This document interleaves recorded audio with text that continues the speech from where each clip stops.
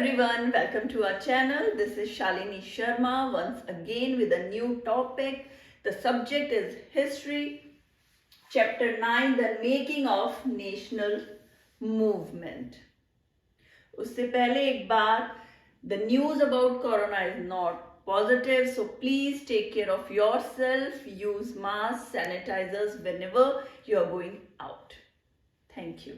So, the making of national movement 1870 and 1947. इससे पहले वाला जो चैप्टर था उसमें हमने क्या देखा था? हमने देखा था कैसे ब्रिटिशर्स रूल करना स्टार्ट करते हैं, टेक करते हैं किंगडम्स. राजा जो थे उनके किंगडम्स अपने अंडर में कैसे ले लेते हैं, कैसे उनकी जो रूल्स है वो पावर स्टार्ट हो जाती है करना लोगों के बीच में, कैसे चेंजेस आते हैं इंडिया में. फिर एक एजुकेशन वाला जो चेंज आया था 19th सेंचुरी में वो देखते हैं. वुमेन्स के बारे में हमने पढ़ा.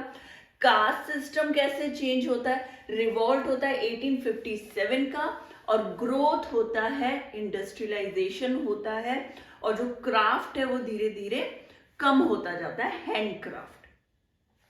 अब जब ये सब चीजें हुई तो अब इसके आगे इंडियंस क्या सोच रहे हैं, क्या समझ रहे हैं, ब्रिटिशर्स के बारे में क्या वो उनके जो मन की बात थी वो धीरे धीरे निकलेगी. क्या होता है ना, एक लेवल तक तो इंसान सोचता है अब सुधरेगी चीजें, अब सुधरेगी, वो सहन करता जाता है. मगर फिर क्या होता है, वो सोचता है अब ये अपने लिमिट के बाहर है, अब हमें स्टैंड लेना पड़ेगा. तो वो जो इंडिया ने स्टैंड लिया है, एक तो सबसे पहली बात जो स्टैंड लिया था 1857 से हम अभी तक देखें तो वो तो 19 ईयर्स हो जाते हैं, और 1870 से देखें तो ऑलमोस्ट 70 ईयर्स तक हो जाते हैं. तो it took this much time, इतना टाइम लगा चीजों को वापस सुधारने में इंडियंस को. क्यों? अब उन्हें ये लग रहा था कि जो अब ऐसा नहीं है, वो क्या कर रहे थे, ड्रेन कर रहे थे इंडिया को ब्रिटिशर्स. आप अपनी जो घर में सोच रहे हो कि वहां पे तो कोई और, वो हमारी जो अथॉरिटी किसी और की नहीं हो, मगर किसी और के घर में सोच रहा हूं वहां भी अपनी ही चलाए, तो ऐसा थोड़ी होता है. एक लिमिट के बाद तो वो घर वाले वो लोग भी बोलेंगे कि आप यहां से निकलो, हमें हमारे अकॉर्डिंग ही रहने दो. वो जो थॉट्स थी, वो जो इनर उनका एक्सप्रेशंस था, वो बाहर धीरे धीरे धीरे धीरे निकलेगा. कब से? 1857 में जो हुआ था वो तो उसका कुछ अच्छा इम्पैक्ट नहीं रहा, ये बोल सकते हैं. कुछ अच्छा नहीं हुआ, इंडिपेंडेंस नहीं मिली, या उनका जो गुस्सा था वो उसके बाद बढ़ गया, हम कुछ भी कह सकते हैं. समझदारी उसके बाद बढ़ गई बहुत ज्यादा. मगर फाइनली हमें यहाँ पहुंचते पहुंचते कितना टाइम लगा, 1947 में फाइनली हमें इंडिपेंडेंस मिली. और इसकी जो पूरी लंबी चौड़ी स्टोरी है, इतने सालों की, 90 साल, या आप ये सोच लो 90 ईयर्स हो, तो उससे पहले से वहां पे स्टेब्लिश होने लगे थे ना, सेट होने लगे थे ब्रिटिशर्स. तो वो 100 साल ही हम लेके चलते हैं. 100 ईयर्स के बाद मिलना, तब तक तो उन्होंने पूरा हमारा जो खजाना है ऑलमोस्ट खाली ही कर ही दिया था. तो अब हम इसके पहले देखते हैं इंडिया क्या सोच रही थी, क्या हो रहा था. Emergency of nationalism. ठीक है, India was the people of Indians. This is Indians. Class, colour, caste, creed, gender and language. अभी तक क्या था, जो राजा थे उनके अंडर में थे ना, अलग अलग किंगडम्स हुआ करते थे. हमने जो पहले पढ़ा है, किंगडम्स हैं, उसको कॉन्कर कर रहे हैं राजा, आपस में ही लड़ाई हो रही है और आपस में ही कॉन्कर कर रहे हैं. कोई एक पर्टिकुलर एक मैप नहीं था इंडिया का, जो अभी हम देखते हैं कि ये इंडिया है. वो जो उस टाइम पढ़ रहे हैं चोल और वो, चलो वो सब बाद में देखेंगे. वो लोग को क्या होता था कि जो किंगडम है उनका, उसको वो कैसे दूसरे राजा कॉन्कर करे. ये नहीं था पूरा इंडिया है तो पूरा मैप बना हुआ इंडिया का, एटलस में अलग से दिख रहा है, ऐसा तो कुछ था ही नहीं. धीरे धीरे बाउंड्रीज बनी, और बाउंड्रीज भी कब बनी, जब ब्रिटिशर्स की एंट्री हुई, तब जब एकजुटता आई, तब यूनिटी आई, तब उन्होंने एक बाउंड्री डेवलप की थी. अनटिल अनलेस क्या हो रहा था, बस वो कलर कास्ट के उस डिफरेंस से ही इंडिया मान लेते थे कि ये पीपल है, ये इंडियंस, दैट्स ऑल. मगर क्या हुआ, जब उनको लगा ना कि अब इनके अगेंस्ट में लड़ना चाहिए, ये ब्रिटिशर्स आके रूल कर रहे हैं, इनके अगेंस्ट में लड़ना चाहिए, तब यूनिटी आई और तब सब एक हुए थे. और उससे पहले जो राजा थे वो तो आपस में लड़ ही रहे थे, वो तो वो अलग ही स्टोरी है। मगर इसके बाद जो है वो चालू होता है कैसे ब्रिटिशर्स को बाहर निकाला जाए। Awareness against Britishers bring many associations. 1850 का टाइम स्टार्ट होता है। अब इसमें क्या होता है, जब पता चलता है कि ये तो कुछ भी सही नहीं हो रहा है, इंडियंस को दबाया जा रहा है, आप अपनी कंट्री में वो रूल्स लागू नहीं कर रहे हो मगर आप इंडिया में वो सारे रूल्स लागू कर रहे हो जो कि बिल्कुल ही गलत हैं, तो वो क्या कर रहे हैं, जो एसोसिएशन से वो ग्रुप्स जो थे वो बनने लग गए धीरे धीरे धीरे धीरे उनके अगेंस्ट में, ब्रिटिशर्स के। मगर उस टाइम आप ये बोल सकते हो इतने हाई लेवल पे उनकी सोच नहीं थी कि भाई मार के काट के गोली मार के और वो अंग्रेजों को मार दें करते, वो नहीं था। कुछ ऑफिसर्स थे, कुछ समझदार लोग, कुछ पढ़े लिखे लोग थे जिनको वो चीजें धीरे धीरे समझ में एक नॉर्मल, क्योंकि पढ़ाई तो बहुत बड़े होने के बाद, अब हो गया 5 ईयर के बाद आप स्कूल में डाल दो, तब तो ऐसा नहीं था ना इंडिया में, तब तो बहुत बड़े बड़े बच्चे हो जाते थे, तब कुछ पढ़ने जाते थे, और जो कुछ पढ़ने जाते थे उसमें कोई 10% ही थे जो पढ़ के वापस आते थे या कुछ बन के वापस आते थे, तो एजुकेशन को इतनी इंपॉर्टेंस नहीं दी जाती थी। तो जो सिटीजन थे उनको पता ही नहीं था, जो नेटिव्स थे उनको पता ही नहीं था कि क्या हो रहा है, उनको तो बस ऐसा लग रहा है अच्छा कोई रूल कर रहा है, हमें तो वैसे भी राजा रूल करता था, अब ये रूल कर रहे हैं। मगर जो पढ़ लिख गए थे उन लोगों के बातें समझ में आने लगी थी कि ये तो कुछ गलत हो रहा है। तो इसका एसोसिएशंस जो बने थे उसका रीजन क्या था, रीजन क्या था उन मूवमेंट्स का। एक हम पढ़ते हैं सोवर्निटी, क्या होता है इसका मतलब, जो इंडिपेंडेंटली विदाउट इंटरफेयर कोई भी एक्ट करो, कोई भी काम, वो क्या चाह रहे थे इंडियंस की हम इंडिपेंडेंटली करें, हमारे ऊपर किसी का फोर्स नहीं हो, कोई जबरदस्ती काम नहीं कर रहा है। अगर एक इंडियन ये चाह रहा है कि मैं किसी के अगेंस्ट में केस, चलो एक ब्रिटिशर्स के अगेंस्ट में और नहीं तो एक इंडियन के अगेंस्ट में कोई केस चला रहा हूं या कोई मैं कुछ पुलिस को कुछ लिखवा रहा हूं, तो वो उनपे ध्यान ही नहीं देते थे। ब्रिटिशर्स की तो दूर की बात, इंडियंस को भी वो चाहते थे वो आपस में लड़े।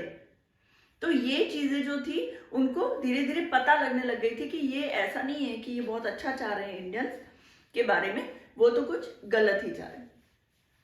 तो रीजन क्या था, आर्म एक्ट। सबसे पहले क्या हुआ, 1878 में एक आर्म एक्ट आया, नो आर्म्स फॉर इंडियंस। आप ब्रिटिशर्स तो रास्ते में, घर में हर वक्त आर्म्स, गोली पिस्टल सब है उनके पास, मगर इंडियंस को अलाउ नहीं था। उसका सबसे बड़ा रीजन क्या हो सकता है कि अगर कुछ भी होता है तो भाई इतना आप पहले से ही होता ना कि जैसे आप एक डॉग है, आप उसको पेट बनाते हो, एक कैट है या एक पैरट है, आप उसको पेट बना रहे हो, तो आप डे फर्स्ट से उसको जो सिखा रहे हो वो वैसा ही परफॉर्म करेगा, जो एक्सरसाइज उसकी चल रही है वो वैसा ही परफॉर्म करेगा। डे फर्स्ट से आप एज अ पपी, आपने उसको सिखाया कि आपको बाहर ही टॉयलेट करना है तो बाहर ही करेगा, वो उसके जहन में बैठ जाएगा कि मुझे बाहर ही जाना है, यहां नहीं रहना। तो वही चीज, मैं अगर ये बोलेगा शू तो मैं काटूंगा, अदरवाइज मुझे काटना नहीं है, ऐसा ही सोचना, मेरे तो दांत ही नहीं। तो वो तो आपने छोटे से पपी को स्टार्ट कर लिया इस तरीके से समझाना कि आप में जो कैपेबिलिटी हो इतना ही है कि मैं इंस्ट्रक्ट करूंगा तो आप कैपेबल हो, अदरवाइज आप कुछ भी नहीं। तो वो चीज इंडियंस के शुरू से ही बैठा दी कि आपको आर्म्स देंगे ही नहीं, आर्म्स है ही नहीं, जरूरत ही नहीं है आप लोगों को किसी बंदूक पिस्तौल की। तो जब आर्म ही नहीं रहेगी, जब बंदूक पिस्तौल ही नहीं रहेगा, तो आप आपस में ब्रिटिशर्स से आप लड़ाई कैसे कर सकते हो। किसी ब्रिटिशर ने गोली चलाई ऑफिसर ने, तो आप तो वापस मार ही नहीं सकते, रात में जाके मार रहे हो तो पॉसिबल ही नहीं हो रहा। क्यों? क्योंकि आपको तो अलाउ ही नहीं किया, आपको तो चेन से बांध रखा है, आप तो बाहर जा ही नहीं सकते। इसके बाद क्या हुआ, वर्नाकुलर प्रेस एक्ट है 1878 में, नो न्यूज अगेंस्ट ब्रिटिशर्स। एक तो आपके पास कुछ भी नहीं है मारने के लिए, फिर आप बातों से भी नहीं उनको कुछ मार सकते हो। क्यों? क्योंकि जो न्यूज़पेपर है, जैसे कि देखो बहुत फेमस, उनका नाम बताती हूँ, बाल गंगाधर जी ने क्या करते थे, वो प्रेस के थ्रू बहुत अच्छा लिखते थे, बहुत अच्छी बातें, बहुत समझदारी की बातें करते थे बाल गंगाधर जी। तो जैसे ही उन्होंने ये सब लिखना शुरू किया कि ये जो गलत हो रहा है वो क्या हो रहा है इंडियंस के साथ, उन्हें बताना शुरू किया, पब्लिश, प्रेस में पब्लिश, तो उन्होंने क्या किया, तुरंत ही एक्ट लगा लिया, वर्नाकुलर प्रेस एक्ट। तो अब ब्रिटिशर्स के अगेंस्ट में कुछ लिख ही नहीं पा रहे हो, वैसा तो नहीं, फोन कॉल्स होते थे, मोबाइल होता था, व्हाट्सएप होता था, आजकल तो एक न्यूज छोटी सी होती है व्हाट्सएप के थ्रू ऐसे फैलती है विद इन 1 और 2 आवर्स। तब तो एक लेटर पहुंचने में आपको 6 महीने लग जाते थे। जब ये पता करने में कि आपके किसी कोई घर में एक्सपायर हो गया, कहीं और कुछ बता रहे हो, जब तक तो सारा काम हो चुका होता था, 1-2 महीने में वो वहां पहुंचती थी, या फिर टेलीग्राम्स और ये उससे तो बहुत टाइम लगता है, इन सब चीजों में लगता था। तो अब प्रेस के अगेंस्ट में अगर रोज न्यूज़पेपर छप रहा हो, आप उसमें कुछ कहना चाह रहे हो उनके अगेंस्ट में, तो बंद करा दिया, नहीं मना कर दिया कि आप कुछ भी नहीं लिख सकते, अगर आप कुछ लिखते हो तो आपको पनिशमेंट होगी, जेल होगी, फाइन लगेगा। फिर डर गए, बोलो कुछ नहीं लिखते थे। प्रपोज्ड एल्बर्ट बिल, ये काफी इंटरेस्टिंग है। प्रपोज्ड एल्बर्ट बिल, इसमें क्या था, सीपी एल्बर्ट है, उन्होंने ये बोला कि जो जजेस, इन केस जो इंडियन जजेस हैं वो जो जजेस हैं वो ट्रायल्स नहीं कर सकते इंडियंस के खिलाफ, या इंडियंस जो हैं जजेस हैं वो ट्रायल दे सकते हैं ब्रिटिशर्स के खिलाफ। इंडियन जज है वो सुनवाई दे सकता है। तो जो इन्होंने अपोजिशन में कौन था, इंडियंस नहीं थे इस वाले केस में, कौन था, ब्रिटिशर्स थे। उनको क्या लगा, ये क्या हुआ, जो लोग हमारे अंडर में काम कर रहे थे अब वो हमारे अगेंस्ट में सुनवाई देंगे, ये तो उनको बिल्कुल ये बात तो हजम ही नहीं हुई। तो इसमें अपोजिशन में इंडियन नहीं, यहाँ तो इंडियंस थे, मगर इसमें एल्बर्ट बिल में दोनों ही चीज। एल्बर्ट बिल, कुछ लोग बोलते हैं एल्बर्ट बिल किसी और रीजन से बनाया गया था इंडियंस के पॉइंट ऑफ व्यू से, कि वो एल्बर्ट जी अच्छे थे, मगर सीपी एल्बर्ट वो ऐसा लगता नहीं है, मैं मेरे पॉइंट ऑफ व्यू से बोलती हूँ, तो ऐसा कुछ था नहीं एक्चुअली, वो उनका कोई और ही रीजन था जो आपकी बुक में नहीं है, कभी और बात करेंगे। तो उसमें क्या था कि उन्होंने बोला कि अच्छा अब जो अगेंस्ट में थे इस वाली बात के, वो कौन थे, व्हाइट्स मीन ब्रिटिशर्स। उनको लगा ऐसे लोग जो हमारे अंडर में काम कर रहे हैं वो हमारे सुनवाई करे, हमारे बारे में हमें पनिशमेंट जैसी कोई चीज है, तो उनको तो वो पची नहीं बात। ठीक है, the Indian National Congress Bombay दिसंबर 1885 में फाइनली एक ग्रुप बनता है, the Indian National Congress Bombay दिसंबर 1885। इसको बनाने में ए.ओ. ह्यूम का बहुत बड़ा हाथ था। ए.ओ. ह्यूम, हाँ, उन्होंने एनकरेज किया था एक्टिविस्ट को कि वो एक ग्रुप बना ले।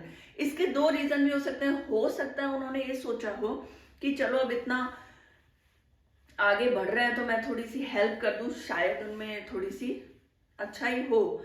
मगर एक दूसरा जो साइड है उसका ये है कि ये सोच रहे थे कि मुझे ये पता चलता रहे कि कौन सा ग्रुप और किस बारे में, मतलब वो अगर स्टैंड ले रहा है तो उनके क्या प्लान्स हैं, वो क्या, न्यूज वाला तो हमने लगा लिया, कोई आम नहीं रख सकता, कोई गवर्नमेंट जॉब में तो कोई अच्छे हायर लेवल पे तो कोई थे ही नहीं इंडियंस। अब जो उनके बारे में जो भी डिस्कशन हो रहा है इस बारे में, तो क्या हो रहा है इसका मैं पता लगाता रहूं। तो ये दोनों ही साइड्स हैं, कुछ भी हो सकता है उस टाइम। और अर्ली लीडर्स में थे हमारे दादा भाई नारोजी। दादा भाई नारोजी ने एक बुक लिखी थी, poverty and un British rule in India. ये बहुत इंपॉर्टेंट है, इंपॉर्टेंट तो पूरा चैप्टर ही है, बट दादा भाई नारोजी की जो बुक थी poverty and un British rule in India, इसमें उन्होंने साफ साफ ये बोल दिया था कि हमारी इंडिया का जो है पैसा ड्रेन करके वो सब ब्रिटिश जो है अपनी कंट्री को दे रहे हैं और अपनी कंट्री को अच्छा बना रहे हैं, बजाय कि यहां तो आप गरीबी ला रहे हो और वहां रिच हो रही है वो कंट्री। इस चीज को बहुत अच्छे से उन्होंने बताया था, और ये जो बुक है ये इंडियंस के लिए काफी फायदे वाली रही इन मूवमेंट्स को स्टार्ट करने के लिए। ये जो सारे एसोसिएशंस बने थे उन लोगों को एनकरेज करने के लिए बुक बहुत अच्छी साबित हुई। इनका नाम एक दिया गया था grand old man of India, क्योंकि काफी एक्सपीरियंस होल्डर थे, एज्ड थे और बहुत सटीक और सीधी बातें किया करते थे। Nation in the making. अब देखो ये जो सब कुछ बन रहा है, जो ग्रुप्स बन रहे हैं, उसको हम मोस्टली दो जो वर्ड्स हैं उसमें मैं करती हूँ, मॉडरेट एंड एक्सट्रीमिस्ट। जो अर्ली फेज था वो मॉडरेट थे। मॉडरेट कैसे होते हैं कि वो ज्यादा मार काट धुलाई इनमें यकीन नहीं करते। एक्सट्रीमिस्ट जो होता है वो कुछ सोचते नहीं थे, वो सिर्फ शूट करते थे या फिर ब्लास्ट करते थे। वो ये मेरे फेवरेट थे। और ये हैं जो अर्ली, वो थोड़ा सोच समझ के समझदार ऑफिसर्स थे, थोड़े इंटेलिजेंट लोग थे, जो आराम से सोच सोच के कुछ स्टेप्स ले लिया कि उन्होंने लॉ बनाया तो नहीं, ये लॉ गलत है, जैसे ये जज वाला है तो हमारे तो कोई गवर्नमेंट ऑफिसर्स ही नहीं है। तो ये समझदार लोग थे जो लिख के लेटर्स के थ्रू गवर्नमेंट के पास जाके ग्रुप्स में, ठीक है, आराम से बैठ के बात कर ली, कोई आर्ग्यूमेंट नहीं है, एक मीटिंग कर ली, ऐसे। तो इनकी जो अर्ली फेज था हमारा वो काफी मॉडरेट था, और जो एक्सट्रीमिस्ट थे वो काफी डिमांडिंग होते थे। चलो अब इनके जो मॉडरेट फेज है उसमें जो डिमांड्स थे वो बताती हूँ। Demanded Indians in government, government में कोई इंडियन ही नहीं है, ऐसा क्यों? वो चाह रहे थे कि कोई ना कोई इंडियन ऑफिसर्स हो, एक अच्छे लेवल पे तो हो। आप सारे के सारे ब्रिटिशर्स हैं तो ऑब्वियसली उनकी जो कोई भी अच्छा, भाई पैसा भी उन्हीं के पास आ रहा है, रूल भी वही लोग कर रहे हैं, तो कुछ तो हो। वो लोग थोड़े सफाई से मीटिंग के साथ ही बातें कर रहे थे कि कुछ तो हो, इंडियन ऑफिसर जो गवर्नमेंट में लगे, अच्छी पोस्ट पे हो एटलीस्ट, जो हमारी बातें सुन सके या हमारी हेल्प कर सके। क्यों? क्योंकि ब्रिटिशर्स वो प्रॉब्लम नहीं समझ सकता कि इंडियंस के साथ क्या प्रॉब्लम आ रही है। भाई आप गरीब के साथ रहोगे तब समझ में आएगा ना, गरीब कैसे दिन गुजार रहा है। आप अमीर एक बंगले में रह रहा है, महल में रह रहा है, उसे क्या पता कि लाइफ कैसी होती है गरीब की। तो वही चीज है, ब्रिटिशर्स को क्या पता हम क्या क्या प्रॉब्लम फेस कर रहे हैं। एक आप इंडियन ऑफिसर लगाइए, फिर हम उनसे बात करें कि हमारी ये प्रॉब्लम और ये सॉल्व हो रहा है, तो उससे समझ में आएगा। एक आपका तो फिर वो लोग क्या सोचते थे कि आप ब्रिटेन में तो कोई भी रूल नहीं कर रहे, जब ब्रिटेन में आपने अप्लाई कर रखा है रूल्स की, कोई वो पूरा पूरा फ्री एक कंट्री है, तो यहाँ इंडिया में आके आप ऐसा क्यों कर रहे हो? ये भी एक पॉइंट था जो उन्हें एनकरेज कर रहा था इन मूवमेंट्स के लिए। Legislative council to be made more transparent, transparency रखिए। ऐसा नहीं कि एक किसी ने, कोई भी एक एग्जाम्पल ले लेते हैं कि क्या होता था, एक एरिया के बाद ऑफिसर्स जो हैं उस बिल्डिंग्स में जहां पे ब्रिटिशर्स रहते थे, वहां आपने गार्ड वार्ड तो इंडियन रख रखे हैं, एक कुक इंडियन रख रखा है, मगर आपने ऐसी कोई भी जगह, अगर उन्होंने कोई गलती करी तो आप तो डायरेक्ट गोली मार देते हो, मगर ऐसी ही गलती कोई ब्रिटिशर्स करता है, कोई ब्रिटेन का आदमी कर रहा है, तो आप उसको कोई पनिशमेंट नहीं देते। तो ये ट्रांसपेरेंसी रखिए, जो रूल उसके लिए लागू हो रहा है इंडियन के लिए, वो रूल एक ब्रिटिश आदमी के लिए भी लागू करिए। Separate judiciary and executive like Britain. भाई ब्रिटेन में जो जुडिशियरी एग्जीक्यूटिव है वो अलग अलग है, जो लॉ बना रहा है, वो जिसने बोला है, जो काम कर रहे हैं अंडर में, वो ही लोग, भाई एक ही आदमी है, उसने लॉ बना दिया, उसने पनिशमेंट दे दी, उसने भी केस फाइल कर दिया और उसने बता दिया कि इसकी ये गलती है, इसको ये फाइन लगेगा, ये होगा, वो ही जज बन गया। तो हमारा रूल ही क्या, हमारा कोई रोल ही नहीं है फिर तो। भाई आप तो हमारे अगेंस्ट में ही हो, एक आदमी है वो उस ग्रुप के अगेंस्ट में है, तो उसने मान लिया कि इसने ये गलती करी, वो किसी और से बात तो करे, किसी इंडियन ऑफिसर हो तो उससे बात करे, इंडियन नहीं तो कोई और उससे बात करे कि भाई ये गलती की है, क्या मैं गलत हूं या सामने वाला गलत है? नहीं, ऐसा तो कुछ हो ही नहीं रहा। यहाँ तो डायरेक्ट उसने बोला वो गलत है तो वो गलत ही है, चाहे उसको शूट ही कर दो आप। तो ऐसा नहीं हो सकता। ये भी एक उनकी डिमांड थी। Freedom of speech and expression, जैसे ये है वर्नाकुलर प्रेस एक्ट, बोलने दे, हमें बातें आगे सामने लाने दे, हमें फ्रीली हम एक्सप्रेस कर सके कि हमारी प्रॉब्लम क्या है, या हम आपस में अगर बात कर रहे हैं तो करने दो। क्या होता था उस टाइम, एक लेवल पे ऐसा हो गया था कि जैसे 4 या 5 लोग आपस में बात करते हुए दिखते थे तो उन्हें मारा जाता था। ब्रिटिशर्स जो है वो मारते थे ऑफिसर्स, जब एक साथ इकट्ठा होकर बात नहीं कर सकते। आप किसी कोई ग्रुप बना के आप बच्चे जो है वो अगर बात कर रहे हैं, लेटर लिख रहे हैं, लेटर्स, इनफेक्ट जो लेटर्स होते थे वो चेक हुआ करते थे, जो रेड अपना वो होता है लेटर बॉक्स, उसमें लेटर्स चेक हुआ करते थे कि कौन किसको क्या लिख रहा है। मतलब आप एक दूसरे से कनेक्ट ही नहीं हो सकते किसी भी कंडीशन में। वो जो टाइम पीरियड होगा इंडियंस के लिए काफी डिफिकल्ट होगा। Freedom of speech and expression, high position in government for Indians increase. अब पोजीशंस हाई दो, आप उनको गार्ड बना के मत रखिए, आप उनको स्वीपर या क्लीनर ये बना के मत रखो, आप उनको कुछ अच्छे इंपॉर्टेंट रोल भी दो एक जॉब के लिए। अब आपने एग्जाम कहाँ हो रहे हैं? लंदन में हो रहे हैं। No exams, each and every exam in London, हर एग्जाम लंदन में हो रहा है। सबकी है क्या इतनी कैपेसिटी कि वो लंदन जाके एग्जाम दे दे? बिल्कुल भी नहीं। तो आपने वहां, यहां जब आप कर रहे हो, यहाँ की ऑफिस है और यहाँ गवर्नमेंट लगा रही है, तो जॉब तो लंदन जाके क्यों दें, हम यहीं देंगे। ये एक उनका डिमांड था। इंक्रीज करो एज, क्यों? क्योंकि उन्होंने क्या किया, क्राइटेरिया बहुत कम रखा एज वाइज। उन्हें पता था इंडियंस काफी लेट पढ़ाई करना शुरू कर रहे हैं, तो उन्होंने क्या, एज बहुत कम रखी गवर्नमेंट जॉब्स के लिए। एज कैसे कम रखी कि भाई इतने के बाद आप, भाई पढ़ाई तो आप 12 तक करो, मगर एज कितनी होनी चाहिए आपकी? मान लो 15 साल 18 साल, तो भाई 12 साल में तो उसने पढ़ाई स्टार्ट करी है, 15-18 में तो कहाँ वो ग्रेजुएशन करेगा, कहाँ 12th करेगा, ग्रेजुएशन दूर की बात, कहाँ वो नहीं कर पाएगा। तो ऐसे में आप एक तो इंक्रीज करो एज, और जो एग्जाम है वो लंदन में नहीं होना चाहिए। कहाँ होना चाहिए? इंडिया में होना चाहिए। ओवरऑल ये जो काफी टॉपिक्स हैं वो तो हो गए, फिर भी जो कुछ और इम्पोर्टेंट, ये चैप्टर बहुत ज्यादा इंपॉर्टेंट है अभी के लिए नहीं, 9th 10th 11th 12th आप हिस्ट्री लेते होते हो, और इनफैक्ट ग्रेजुएशन में कॉम्पिटेटिव एग्जाम्स में ये चैप्टर बहुत इंपॉर्टेंट है। जो मैं बोर्ड पे लिख रही हूँ, एटलीस्ट आप इसको पूरा अच्छे से रेडी करा करिए, क्योंकि ये तो ऐसी चीजें हैं जो आपको शॉर्ट क्वेश्चंस में भी पूछ सकते हैं। Who was named by grand old man of India, तो आपको क्विकली पता होना चाहिए, Dadabhai Naoroji. Which book he has written, poverty and un British rule in India. ये क्विक क्वेश्चंस हैं, एमसीक्यूज हैं, जो बहुत, मैं जितना छोटा हो सकता है वैसे बना के लिखती हूँ। एक क्लिक कर लीजिए, एक पिक्चर इसकी। अभी तक जो हमने पढ़ा उसके बाद का जो टॉपिक है, जब मूवमेंट्स, लोगों के बीच में अवेयरनेस आने लगी इस चीज की, तो कुछ एसोसिएशंस क्रिएट हुए, बनाए गए। उनमें से कुछ थे कांग्रेस के और कुछ मॉडरेट्स थे। कांग्रेस के जो डिमांड्स थी उसके बारे में हम आज पढ़ेंगे, कैसे मॉडरेट्स की डिमांड थी।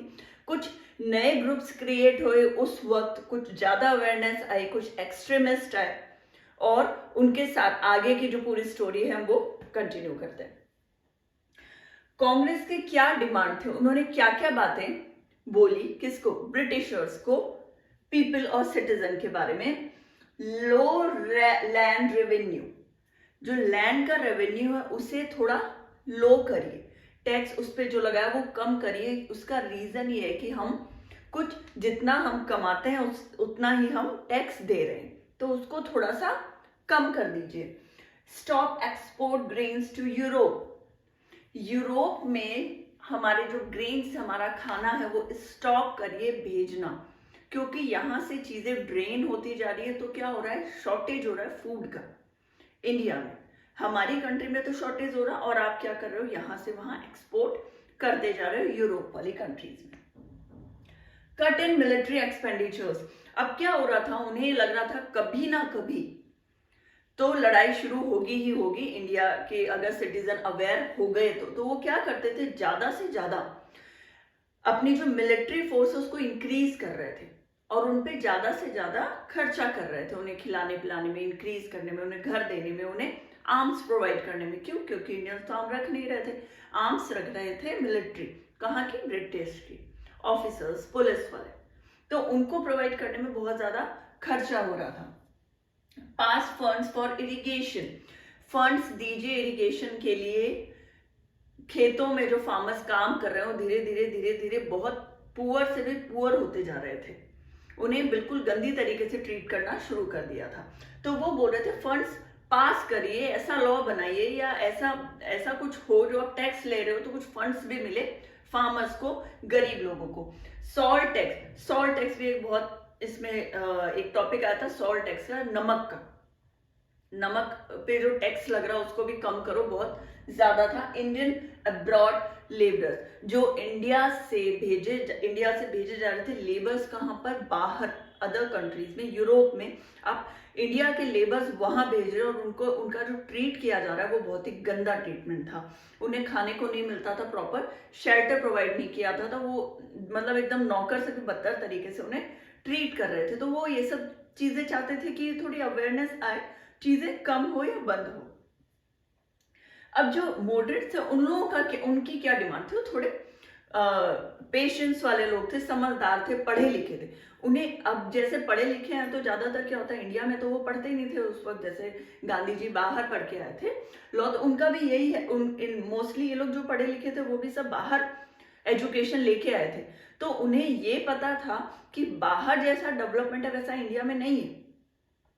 और कुछ रीजन से क्या था कि इंडिया उस टाइम कहीं कहीं पे डेवलपमेंट हो रही थी, चीजें जैसे कंस्ट्रक्शन में देख लो, इंडस्ट्रियलाइज हो रहा था इंडिया धीरे धीरे, तो ये चीजों देख रहे तो उन्हें लग रहा था कि बाहर यहाँ से अच्छा डेवलपमेंट है, मगर ये जो आप बर्डन करके किसी को बॉदर करके जो रूल कर रहे हो, वो ये चीज ये लोग समझ जाएंगे कि वो हमें अच्छा नहीं लग रहा। आप जैसे चला रहे हो हमें कंट्री को, बहुत अच्छी बात है, मगर कुछ चीजें हैं उसमें थोड़ा सा चेंजेस कर दो। इनकी इतनी ही सोच थी। स्प्रेड कर रहे थे अवेयरनेस, वो न्यूज़पेपर के थ्रू पब्लिश करते थे, बुक्स लिखते थे, आर्टिकल्स लिखते थे, उसमें बातें जो है कोऑर्डिनेट किया करते थे, आपस में कनेक्शन था पब्लिक के साथ। तो वो रिप्रेजेंटेटिव जो है वो जगह जगह, जैसे आप मैं इस एरिया में रह रही हूँ तो मैं कुछ मेरे रिप्रेजेंट दूसरे एरिया में रिप्रेजेंट करूंगी, मेरे याद में किसी, फिर दूसरे किसी एरिया में करूंगी, फिर तीसरे एरिया में। इससे क्या होता है, कनेक्टिविटी बढ़ती है। तो वो लोग वो वाला काम कर रहे थे, ओपिनियन ले रहे थे कैसे किसको क्या प्रॉब्लम हो रही है, चलो हम लेटर लिखेंगे और हम कहाँ पहुंचाएंगे, ऊपर गवर्नमेंट तक पहुंचाएंगे। Made government aware about Indian feelings. आगे देखो बात, क्या वो सब इतना ही बता रहे थे कि हम क्या सोच रहे हैं, हम जिस बारे में बोल रहे हैं, या फिर आप जो आपका जो तरीका है काम करने का, वो हमें कैसे प्रॉब्लमेटिक हमारे लिए क्यों है। बहुत शांति से आराम से बात करते थे, लेटर्स के थ्रू, मैंने पहले भी बताया, वो मीटिंग्स के थ्रू, लेटर्स के थ्रू बात करते थे। Freedom is a birth right. Finally कोई आए, कौन है, ये बहुत ट्रियो है, बहुत शॉर्ट में मैंने लिखा है कि पाल बाल लाल, ऐसा आपको याद भी हो जाएगा। ये 1890s की बात है। Freedom is a birth right. वो अब लोगों को ये समझा रहे थे, ये रिप्रेजेंट कर रहे थे कि ये आप मांगो मत किसी से, हाथ मत फैलाओ फ्रीडम के लिए, ये हमारा बर्थ राइट है, हम पैदा हुए इस कंट्री में, ये लोग आए हैं, फॉरनर्स ये है, पैरासाइट ये है, हम नहीं है, हम तो यहीं रहेंगे, ये हमारा घर है। तो आप भीख मत मांगिए कि आप हमें ये जगह दीजिए, हमें ये चाहिए वो चाहिए। तो वो टोटली अगेंस्ट थे मॉडरेट्स के, बिल्कुल अगेंस्ट। वो ये चाह रहे थे कि हमारा बर्थ राइट है, तो वो क्या कर रहे थे, क्रिटिसाइज कर रहे थे इन लोगों को, बोल रहे थे कि ऐसा मांगने से नहीं मिलेगा, ये हम जब पैदा हुए हैं यहाँ पे, तो ये धरती ये हमारी ही country. Okay, then Bipin Chandra Pal, मैं शॉर्ट फॉर्म में जो मैंने लिखा है, बाल गंगाधर तिलक, लाला लाजपत राय। कहाँ से थे ये लोग, बंगाल से थे। गंगाधर जी कहाँ से थे, महाराष्ट्र से, और लाला लाजपत राय थे पंजाब से। कब की बात है, 1890s की। जो तिलक जी हैं, उन्होंने क्या, वो केसरी करके न्यूज़पेपर छापते थे, वो इतना ब्लंट लिखते थे उसमें ब्रिटिशर्स के बारे में कि एक बार अगर उस सिचुएशन में, उस टाइम में हम हुआ करते तो शायद हम भी उससे काफी मोटिवेट होते उनकी बातों से। बहुत ब्लंट लिखते थे, स्ट्रेट लिखते थे चीजों को। तो उन्होंने मॉडरेट्स को काफी क्रिटिसाइज किया। नो पॉलिटिक्स ऑफ प्रेयर, मतलब ये जो प्रेयर मत करिए, आप उनके पीछे हाथ मत जोड़िए, ये हमें मिलके रहेगा, उनका ये कहना था। Emphasised constructing work, constructive works पे जो काम है उसको करिए, बोलने से कुछ भी नहीं होगा, कुछ करके दिखाइए। इट मीन्स अगर कोई, मैं एक छोटी सी बात बोलती हूँ, एक बच्चा है वो मिट्टी खा रहा है, मैं वो बोलूंगी बच्चे मत खाओ, तुम बीमार हो जाओगे, रहने दो, समझो, देखो मैंने भी नहीं खाई थी, तुम भी मत खाओ, तुम्हारे पापा ने भी। अगर मैं उसे बोलूंगी तुम वहां से खड़े हो, वो तुम्हारे खाने लायक चीज नहीं है, तुम्हें जो मैं प्रोवाइड कर रही हूँ खाना वो खाओ, ये फ्रूट्स खाओ, ये खाना खाओ, तो मैं ब्लंट हूं ना, वो तुरंत उठेगा मेरी बातों से। उस एक्सप्लेन करने में और इतना टाइम लगा उसको कोई फर्क नहीं पड़ेगा। बट मैं अगर इतना स्ट्रेट बोलूंगी, थोड़ा रूडली बोलूंगी, तो वो तुरंत हटेगा वहां से। खड़ा होगा बच्चा, सिर्फ इतना ही फर्क था। तो वो क्या कंस्ट्रक्टिव वर्क में विश्वास करते थे। मस्ट फाइट फॉर स्वराज, ये जो बात है स्वराज वाली, freedom is my birth right and I shall have it, ये मेरा बर्थ राइट है, हमें ये चाहिए। आप ये मत सोचो कि हम नहीं लेंगे, उनका ये मतलब था कि हम लेके रहेंगे इस चीज को। और ये जो स्लोगन था वो उस वक्त इतना मोटिवेट कर रहा था हमारे सिटीजन्स को, हमारे इंडियंस को। फायदा कहाँ हो रहा था? फायदा हो रहा था ये जो ग्रुप्स बना रहे थे अलग अलग जगह पे। अब कहाँ पे है ये बंगाल में भी है, महाराष्ट्र में है और ये पंजाब में है। तो आप ये सोचो ये जो डिस्टेंस है, ये जो जगह जगह पे इन्होंने जैसे क्रिएट किया, उन लोगों को एम्फेसाइज किया सिटीजन्स को कि आप पीछे पड़ो, पीछे पड़ के ही हम कुछ पा सकते हैं, ऐसे बैठे बैठे कुछ भी नहीं मिलेगा। बैठे बैठे तो राजा का खजाना भी खत्म हो जाता है, हमारा भी हो रहा है। सब कुछ कहाँ जा रहा है? यूरोप में जा रहा है। तो स्टैंड लेना ही पड़ेगा। 1905 में freedom is a birth right story I of partition. क्या हुआ? Freedom is a birth right जब वो ये बहुत रेज होने लगे, लोग एकजुट होने लगे, तब एक इंसिडेंट हुआ। इंसिडेंट क्या हुआ? वायसराय थे कर्जन, उन्होंने क्या किया? बंगाल को अलग कर दिया, डिवाइड कर दिया। सबसे पहले बंगाल को डिवाइड कर दिया। क्यों? क्योंकि बहुत फेमस हो रहे थे ना बिपिन चंद्र पाल उस वक्त, उनकी बातें बहुत फेमस हो रही। तो उन्होंने क्या किया? और एक चीज आप देखेंगे, बंगाल बहुत जो सेंटर था इन लोगों का, उस टाइम क्या था? हमारा कैपिटल हुआ करता था। वहां की पुलिस अभी भी आप देखेंगे, वहां की कार्स, पुलिस, इवन वहां के जो घर कंस्ट्रक्ट हुए थे वो वैसे ही हुए हैं मोस्टली जो कि इंग्लैंड में। वही व्हाइट ड्रेस है, उनकी टैक्सीज के अभी भी व्हाइट ही कलर्स हैं। वहां के स्टेशन आप देखोगे तो वो जो पैटर्न है, कभी आप गूगल पे सर्च करना, जो तरीके से बनाया गया वो सब कुछ ब्रिटिशर्स के तरीके से बनाया गया। यूरोप में जैसे, इंग्लैंड में जैसे बनते हैं वैसे। कभी भी आप देखना, बहुत बड़ा पार्ट बंगाल का, जो रूल्स से नहीं बोलूंगी मैं, मगर दिखने में कहीं ना कहीं बहुत कंबाइन है वहां से। तो उस वक्त उस चीज का कितना इम्पैक्ट रहा होगा, क्योंकि वो फेवरेट जगह हुआ करती थी ब्रिटिशर्स की, और वो नहीं चाह रहे थे कि ऐसे हमारी जो लोग हैं वो ऐसे डिवाइड नहीं हो। वो जैसे हमारी बात मान रहे हैं, हम जैसे उन्हें रख रहे हैं, वो वैसा ही रहे। वायसराय कर्जन बंगाल को पार्ट कर दिया। और रीजन क्या दिया? एडमिनिस्ट्रेटिव रीजंस दिए। उनको कन्विंस कर रहे थे कि एडमिनिस्ट्रेशन की वजह से बहुत लंबा चौड़ा हिसाब किताब हो रहा है, बहुत हम लोग अब एडजस्ट नहीं कर पा रहे, तो हम इसको डिवाइड कर रहे हैं आधा आधा। और ये होते ही इतना ज्यादा ये चीज बढ़ गई, इतने ज्यादा लोग एकजुट हो गए और इस चीज पे इतना ज्यादा इशू बना। देखिए, रियलिटी तो ये थी, द स्प्लिट बंगाल पीपल, वो चाह रहे थे कि बंगाल जो है आपस में एकजुट होके नहीं रहे, अलग अलग हो जाए। मुस्लिम और हिंदू को भी इन्होंने इसीलिए अलग किया। अब आपस में आपने फूट डाल दी, कुछ बता रहे हो, कोई दो बच्चे खेल रहे हैं नॉर्मली, अगर उनमें लड़ाई हो जाती है शायद वो आपस में वापस विद इन 1 और 2 मिनट्स वो बात करने लग जाएंगे। और वही मैं एक बार इंटरफेयर करती हूँ और मैं ये बोलती हूँ कि बच्चा, ये वाला जो बच्चा है ना, वो तो काला है, ये तुम गोरे हो इसलिए तुम तो हमेशा सही कहते हो, ये काला है इसलिए तो बहुत ही गलत बात बोलता है। उसके बच्चे के दिमाग में मैं ये बात बैठा रही हूँ कि तुम बिल्कुल सही और वो बच्चा ऑलवेज रॉन्ग है। क्यों? क्योंकि उसका कॉम्प्लेक्शन ब्लैक है। और उसके मन में भी मैं बात बैठा रही हूँ कि ये जो है, ये मुझे पसंद नहीं करता, मुझसे डिस्टेंस मेंटेन करना चाहता है। तो मैं फूट डाल रही हूँ ना उनके बीच में। अब वो आपस में जब भी खेलेंगे, कोई भी बात होगी तो क्या होगा? मेरी ही बात दोनों को याद आएगी, बार बार याद आएगी।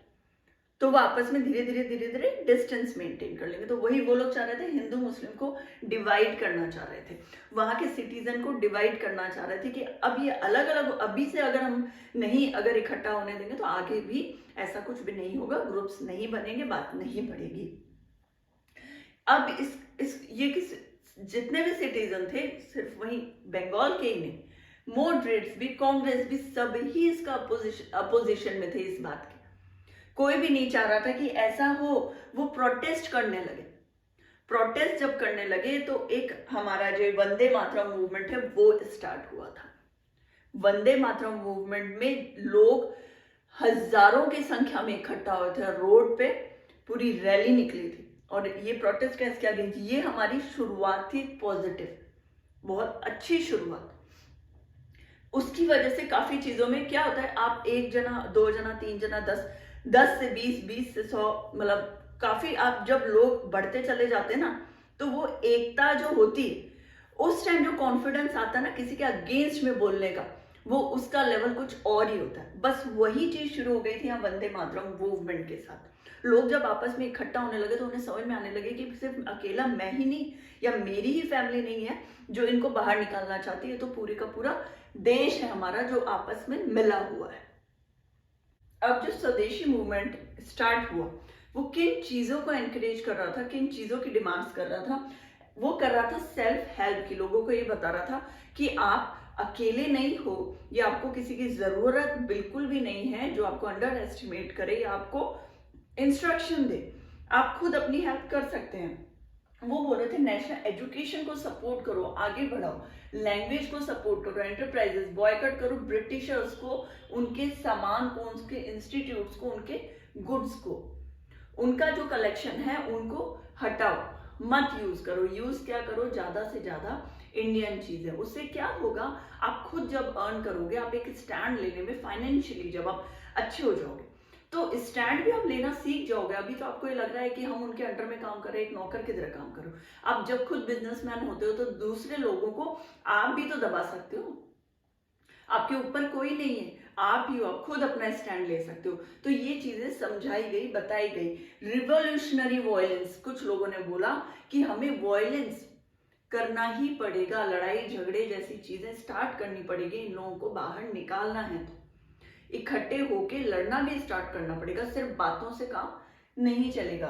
ऑल इंडिया मुस्लिम लीग का भी फिर सेटअप हुआ था, डेका में 1906 में हो गया था। मगर वो क्या करते थे ना, उन्होंने पार्टीशन को भी सपोर्ट किया, बंगाल के पार्टीशन को। उनको क्या लग रहा था, अगर मुस्लिम्स ने सोचा हमें अलग किया तो उसका अच्छा एक रीजन है, इससे क्या होगा, हम ब्रिटिशर्स के थोड़े थोड़े साथ रहेंगे तो हमारा फायदा होगा, हिंदू जो है वो अलग होते जाएंगे, हम उन्हें अलग कर देंगे, हम ब्रिटिशर्स के साथ हो जाएंगे। ये जो उनकी थॉट थी वो किसने डाली थी? डिवाइड एंड रूल के टाइम बंगाल पार्टीशन में उनका क्या डिजायर था कि हमारा जो है वो इलेक्शन अलग हो, हमारा काउंसिल में जो सीट्स हो मुस्लिम्स की वो अलग हो, और उसकी जो इलेक्शन के लिए जो वोट दें वो भी सिर्फ मुस्लिम्स ही हो। तो desired separate election, some seats in councils for Muslim voters, election भी अलग हो, कुछ सीट्स हो, बुक हो, जो मुस्लिम वोटर्स भी जो हो वो मुस्लिम्स ही हो। उन्हें लग रहा था हिंदू करेगा तो हिंदू अपने हिंदू को देगा ना, तो वोटर्स भी मुस्लिम ही रखते हैं। कांग्रेस क्या हुआ, स्प्लिट हो गई थी 1907 में। जब वो स्प्लिट हुई तो क्या हुआ कि उन्हें ऐसा लग रहा था कि हमें कौन मॉडरेट जो है वो तिलक के फॉलोअर्स के साथ हमें क्या कर रहे हैं, डोमिनेट कर रहे हैं। दिस इज स्प्लिट, वो डोमिनेट कर रहे हैं। तो वो एक बार तो वो लोग अलग हो गए, मगर आपको इसके ज्यादा डिटेल में नहीं जानी। 1907 में स्प्लिट हुए थे, मगर क्या हुआ, रीयूनाइटेड इन दिसंबर 1905। ये 15 ये याद रखिएगा, वापस कब इकट्ठा हुई थी, 1915। मगर कांग्रेस एंड मुस्लिम लीग आपस में एक साथ काम करने लगी थी नेक्स्ट ईयर ही, 1915 के बाद 1916 में ही, नेक्स्ट ईयर वो एक साथ दोनों काम करने लगी थी। तो हम जो स्टार्ट कर रहे हैं वो क्या है, the growth of mass nationalism. कब स्टार्ट हो गया था, 1919 में। 1919 के बाद जो मास नेशनलिज्म मतलब ओवरऑल पूरे इंडिया में ये बहुत अच्छे तरीके से सब सपोर्ट कर रहे थे, कोई अलग अलग नहीं था, पूरे इंडिया एक साथ होके एकता के साथ आगे बढ़ रही थी, यूनिटी के साथ आगे बढ़ रही थी। किस चीज के लिए, हमें ब्रिटिशर्स को बाहर निकालना है और ये जो कंट्री है वो हमारी इंडिया को फ्री करना है।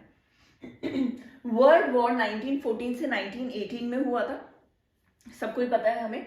मगर ये हमारा जो इकोनॉमिक और पॉलिटिकल सिचुएशन है वो बहुत ज्यादा चेंज हो गई थी इसके बाद। अब आप सोचोगे कि ये वर्ल्ड वॉर तो इंडिया में तो हुआ ही नहीं था, इंडिया में तो नहीं हुआ था, मगर ये इफेक्ट कर रहा था बहुत ज्यादा इंडिया को। क्यों? क्योंकि जो हमारे जो आर्म्स थे, हम यहाँ पे आर्म्स बनाए जा रहे थे और वो बाहर भेजे जा रहे थे, इंडिया से बाहर, जहाँ पे लड़ाइयाँ हो रही थी वहां। इनफैक्ट जो सोल्जर्स थे वो इंडिया में यहाँ प्रिपेयर करके और बाहर लड़ने के लिए दूसरी कंट्री में भेजे जा रहे थे जहाँ वर्ल्ड वॉर हो रहा था। डिफेंस का जो एक्सपेंडिचर है, जितना भी खर्चा हो रहा था, जो भी सामान बनाया जा रहा था इंडिया में, इंक्रीज टैक्स इंक्रीज हो गए। क्यों? क्योंकि पैसा चाहिए था। तो उन्होंने क्या किया, टैक्स को इंक्रीज कर दिया और पैसा यहाँ से लेके और वहां भेजे जाने लगा। डिमांड, फूड का शॉर्टेज यहाँ होने लगा, मगर यहाँ से फूड कहाँ भेजा जा रहा था, बाहर भेजा जा रहा था। फिर वॉर के सप्लाई, जो वॉर के जितना भी सामान था वो सप्लाई हो रहा है वहां पे।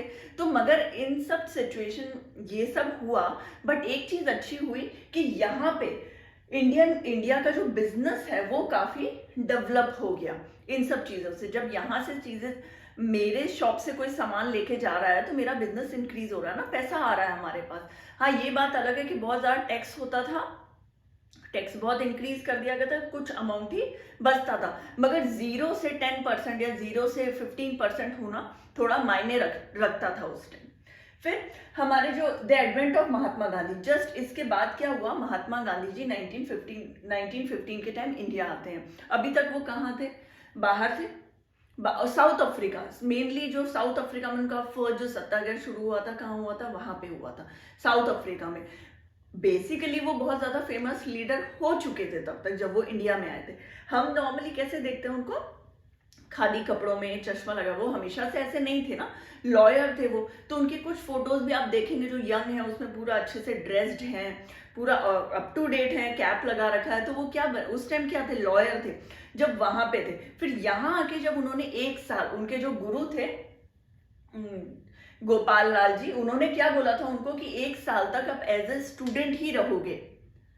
आप यहाँ पे ऐसे नहीं कि आप आते ही फिर जैसे आपने साउथ अफ्रीका में स्टार्ट किया, आप 1 साल तक सिर्फ ये देखोगे कि वहां पे इंडिया में चल क्या रहा है, कौन सी सिटी में कैसे लोग हैं और प्रॉब्लम्स क्या आ रही है, पुअर के भी, ऑफिसर्स के भी, ब्रिटिशर्स के भी। ओवरऑल 1 साल से पहले आप कुछ भी नहीं करोगे। तो 1 साल तक उन्होंने क्या किया था, सिर्फ वो 1 साल तक घूम ही रहे थे, ट्रेवल कर रहे थे, एक से दूसरी जगह, दूसरी तीसरी चौथी, ऐसे। The advent of Mahatma Gandhi ji 1915, at the age of 46 arrived India from South Africa, already a respected leader over there. So South Africa campaign had brought him as international leader. Already वो एक international leader बन चुके थे। Hindu, Muslims, Persians, Christian, Gujarati, Tamil, north Indian, merchant, lawyers, सबके ही leader थे, काफी famous थे, already सब उनको जानते थे। So travelled for 1 year, local movement, Champaran, Ahmedabad, Kheda. जब वो ट्रेवल कर रहे थे तो उन्हें जहां जहां जो प्रॉब्लम दिख रही थी वहां उन्होंने सॉल्व भी किया है। जैसे अगर हम चंपारण का देखेंगे तो इंडिगो वाला बहुत फेमस है। इंडिगो कहीं भी हम प्लांट करते हैं या उगा देते हैं तो उसके बाद वहां कोई और कल्टीवेशन नहीं कर सकते, क्योंकि वो फर्टिलिटी जो है उस सॉइल की वो बिल्कुल 0 हो जाती है, आप कुछ और नहीं उगा सकते नील उगाने के बाद। तो वहां पे क्या हुआ था, वो एक एरिया 3 टकिया वाला बहुत फेमस है, इसमें इतनी डिटेल नहीं है, फिर भी मैं थोड़ा थोड़ा बता देती हूँ, कनेक्शन होगा। तो वो उन्होंने क्या बोला था फार्मर्स को, ब्रिटिशर्स ने, कि आपको आपके पूरे लैंड में से 1/3 हिस्सा, 1/3 तो आपको करना ही पड़ेगा कल्टीवेट किया इंडिगो। जबकि वो नहीं चाह रहे थे। ऐसा क्यों नहीं चाह रहे थे, क्योंकि एक बार इंडिगो उगाने के बाद उनकी वो जो लैंड है बिल्कुल खराब हो जाती थी, वो कुछ और उगा ही नहीं पाते थे। चलो ठीक है, वो भी उन्होंने कैसे तैसे उगाना स्टार्ट किया, मगर बाद में क्या हुआ, सॉल्यूशन वाला, केमिकल वाला इंडिगो जर्मनी ने स्टार्ट कर दिया। अब उन्होंने जब ये चीज स्टार्ट की तो वो थोड़ा सस्ता था ना, केमिकल वाला था, यहाँ बहुत प्रोसेस लंबा था, ओरिजिनल था, तो केमिकल वाला थोड़ा सस्ता हुआ करता था। तो उन लोगों ने क्या किया, लोगों ने ज्यादा से ज्यादा वो सस्ता वाला खरीदने लग गए, जिनसे इनको फायदा कम होने लगा। और इसके चक्कर में क्या हुआ, फायदा कम हुआ तो ये लोग पीछे हट गए फार्मर्स, कि हम ये कल्टीवेट नहीं करेंगे, हम ये नहीं उगाएंगे, वो मना करने लगे। मगर इसको फोर्स करने लगे सब ब्रिटिशर्स कि आपको ये उगाना ही पड़ेगा, उनको मारना, उनको जेल में डालना, फाइन लगाना। तब गांधी जी ने ये यहाँ पे कुछ मूवमेंट स्टार्ट किया था, और डिटेल्स में नहीं जाऊंगी।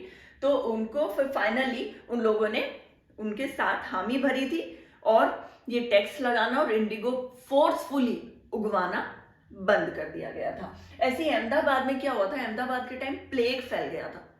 प्लेग फैलने के कारण क्या हुआ कि जो अहमदाबाद की जो मील है वहां पे सबको उनको 20% टैक्स देना पड़ा था, 20% उनको इंक्रीमेंट चाहिए था, और वो लोग ब्रिटिशर्स दे रहे थे 20%, और इन वर्कर्स को चाहिए था 50% इंक्रीमेंट। क्यों? क्योंकि बहुत ही ज्यादा गंदी बीमारी थी। ये प्लेग में क्या होता है, जो कोरोना है उससे भी ज्यादा गंदी तरीके से ये जो आपके बॉडी में क्या जगह जगह से ब्लड आना शुरू हो जाता है, गंदा हो जाता है पूरा ना, इसलिए बॉडी पूरी गलने लग जाती है। तो ये प्लेग बहुत भयंकर बीमारी थी। हाँ, ये है कि उस टाइम गांधी जी, हम तो कोरोना टाइम में एक से फैमिली मेंबर्स के दूसरे फैमिली मेंबर्स के पास जाना पसंद नहीं कर रहे थे।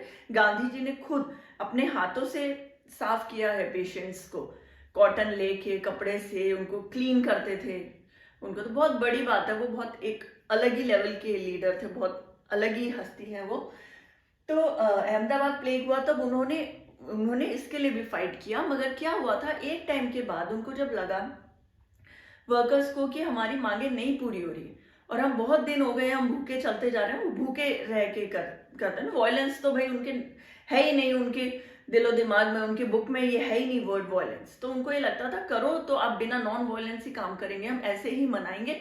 तो उन्होंने ये सोचा कि ठीक है, शायद गवर्नमेंट इस तरीके से मान जाएगी। मगर हुआ क्या, जो वर्कर्स थे वो पीछे हटने लगे। भूखे थे, धंधा नहीं था, काम नहीं मिल रहा था, पैसे नहीं आ रहे थे, और इस बीमारी से बुरी तरीके से परेशान थे। तो उन्होंने क्या किया, वापस वो उनके मील वालों के पास, जो उनके हेड थे, उनके पास जाने लगे कि ठीक है हम मान जाएंगे, कोई बात नहीं, हम 20% पे भी राजी हैं। मगर जब उन्होंने क्या किया, चेंज किया अपना टॉपिक। उन्होंने बोला मेरी लड़ाई इन ऑफिसर्स से नहीं है, इस फैक्ट्री मालिक से नहीं है, मेरी लड़ाई आप लोगों से है, क्योंकि आप लोग में यूनिटी नहीं है, आप लोगों में यूनिटी नहीं है, आप एक दूसरे का सपोर्ट नहीं करते। फिर ये बात सुनने के बाद वापस वर्कर्स उनके साथ हो गए थे, और फिर विद इन 3 डेज उन लोगों को ऑफिसर्स को माननी पड़ी थी उनके बाद। ऐसे ही खेड़ा वाला है, खेड़ा का भी सेम है। खेड़ा में वर्कर्स को भी काम नहीं करने दिया जा रहा था, बहुत ज्यादा टैक्स इंक्रीज कर दिया था, मगर उसमें इन्वॉल्वमेंट था सरदार वल्लभ भाई पटेल जी का, और इन्होंने ही ये नोन उस टाइम ही उनके कांटेक्ट में आए थे गांधी जी के, और इन्होंने उनसे बात करी थी गवर्नमेंट से, और ये भी ऐसे रिजॉल्व हुआ था खेड़ा वाला। ये भी कॉटन टेक्सटाइल इंडस्ट्री से रिलेटेड है। इन सब मूवमेंट के टाइम राजेंद्र प्रसाद और सरदार वल्लभ भाई पटेल के कांटेक्ट में आए Gandhi ji. The Rowlatt satyagraha act, satyagraha once done in South Africa. एक बार मैंने बता दिया, सत्याग्रह साउथ अफ्रीका में ऑलरेडी इन्होंने एक बार वो कर चुके थे, काफी सक्सेसफुल भी रहा था। तो रॉलेट एक्ट क्या था? रॉलेट एक्ट में ये था कि ब्रिटिशर जब मर्जी आए किसी भी इंडियन को, मतलब उनको अरेस्ट कर सकते हैं, और उनको कोई बेल नहीं होगी, उनका कोई ट्रायल नहीं होगा, कुछ भी नहीं। 2 महीने, 3 महीने, 4 महीने कभी भी वो इनको जेल में डाल सकते हैं, अरेस्ट कर सकते हैं। Britishers can arrest anyone for 2 years, 1 month से लेके 2 साल तक वो उन्हें अरेस्ट कर सकते हैं विदाउट एनी रीजन। 6 अप्रैल 1990 नॉन वायलेंस सत्याग्रह स्टार्ट किया था उन्होंने, जो पहला सत्याग्रह था हमारा, first all India movement, Britishers के खिलाफ फर्स्ट ऑल इंडिया मूवमेंट कब था हमारा? 6 अप्रैल 1919 में स्टार्ट हो गया था। British brutal measures to suppress, वो बुरी तरह से इस चीज से परेशान हो गए थे, इस मूवमेंट से वो इतने इरिटेट हो गए थे कि उनका जो इम्पैक्ट हुआ वो बहुत ही गंदा इम्पैक्ट हुआ, बहुत गलत हुआ था। सबको पता है हमें, जलियांवाला बाग कहाँ हुआ था? अमृतसर में, बैसाखी के दिन 13 अप्रैल को हुआ था, और जनरल डायर ने कितने लोगों को मार दिया था। बैसाखी का टाइम था, और वो जो गार्डन है अमृतसर में, सबको अभी भी काफी फेमस है वो जगह, अभी भी उसी तरीके से दिखाया जाता है उस जगह को।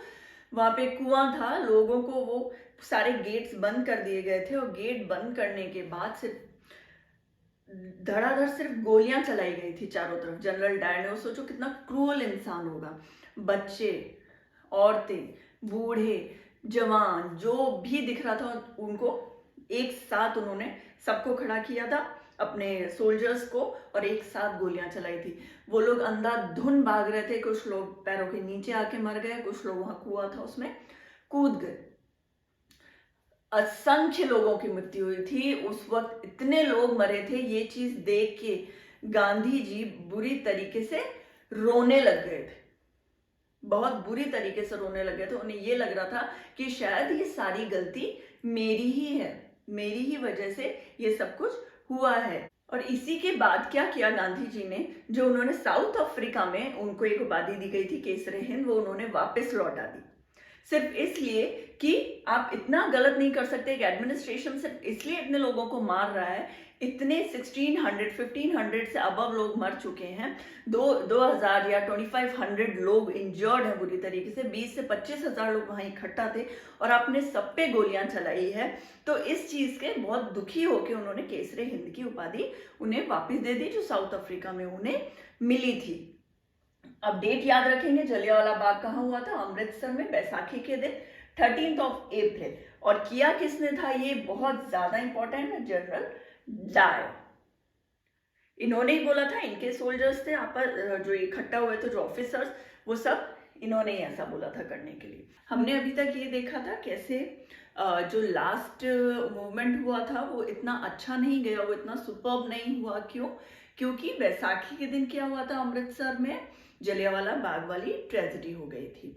उसके कारण वो थोड़ा धीरे धीरे वो जो मूवमेंट जो एकदम से स्टार्टअप हुआ था वो थोड़ा थोड़ा नीचे की तरफ वापस आने लगा। क्यों? क्योंकि एकदम से हमारा ध्यान कहीं और जाता है और हमें फील होता है ना कि वो चीज गलत हुई है, जैसा होना था वो चीज वैसे नहीं हुई। टाइटल भी दे दिया गांधी जी ने, ब्रिटेन के जो उन्हें केसरे हिंद का जो टाइटल मिला था वो वापस उन्होंने लौटा दिया था। क्यों? क्योंकि बहुत दुखी थे।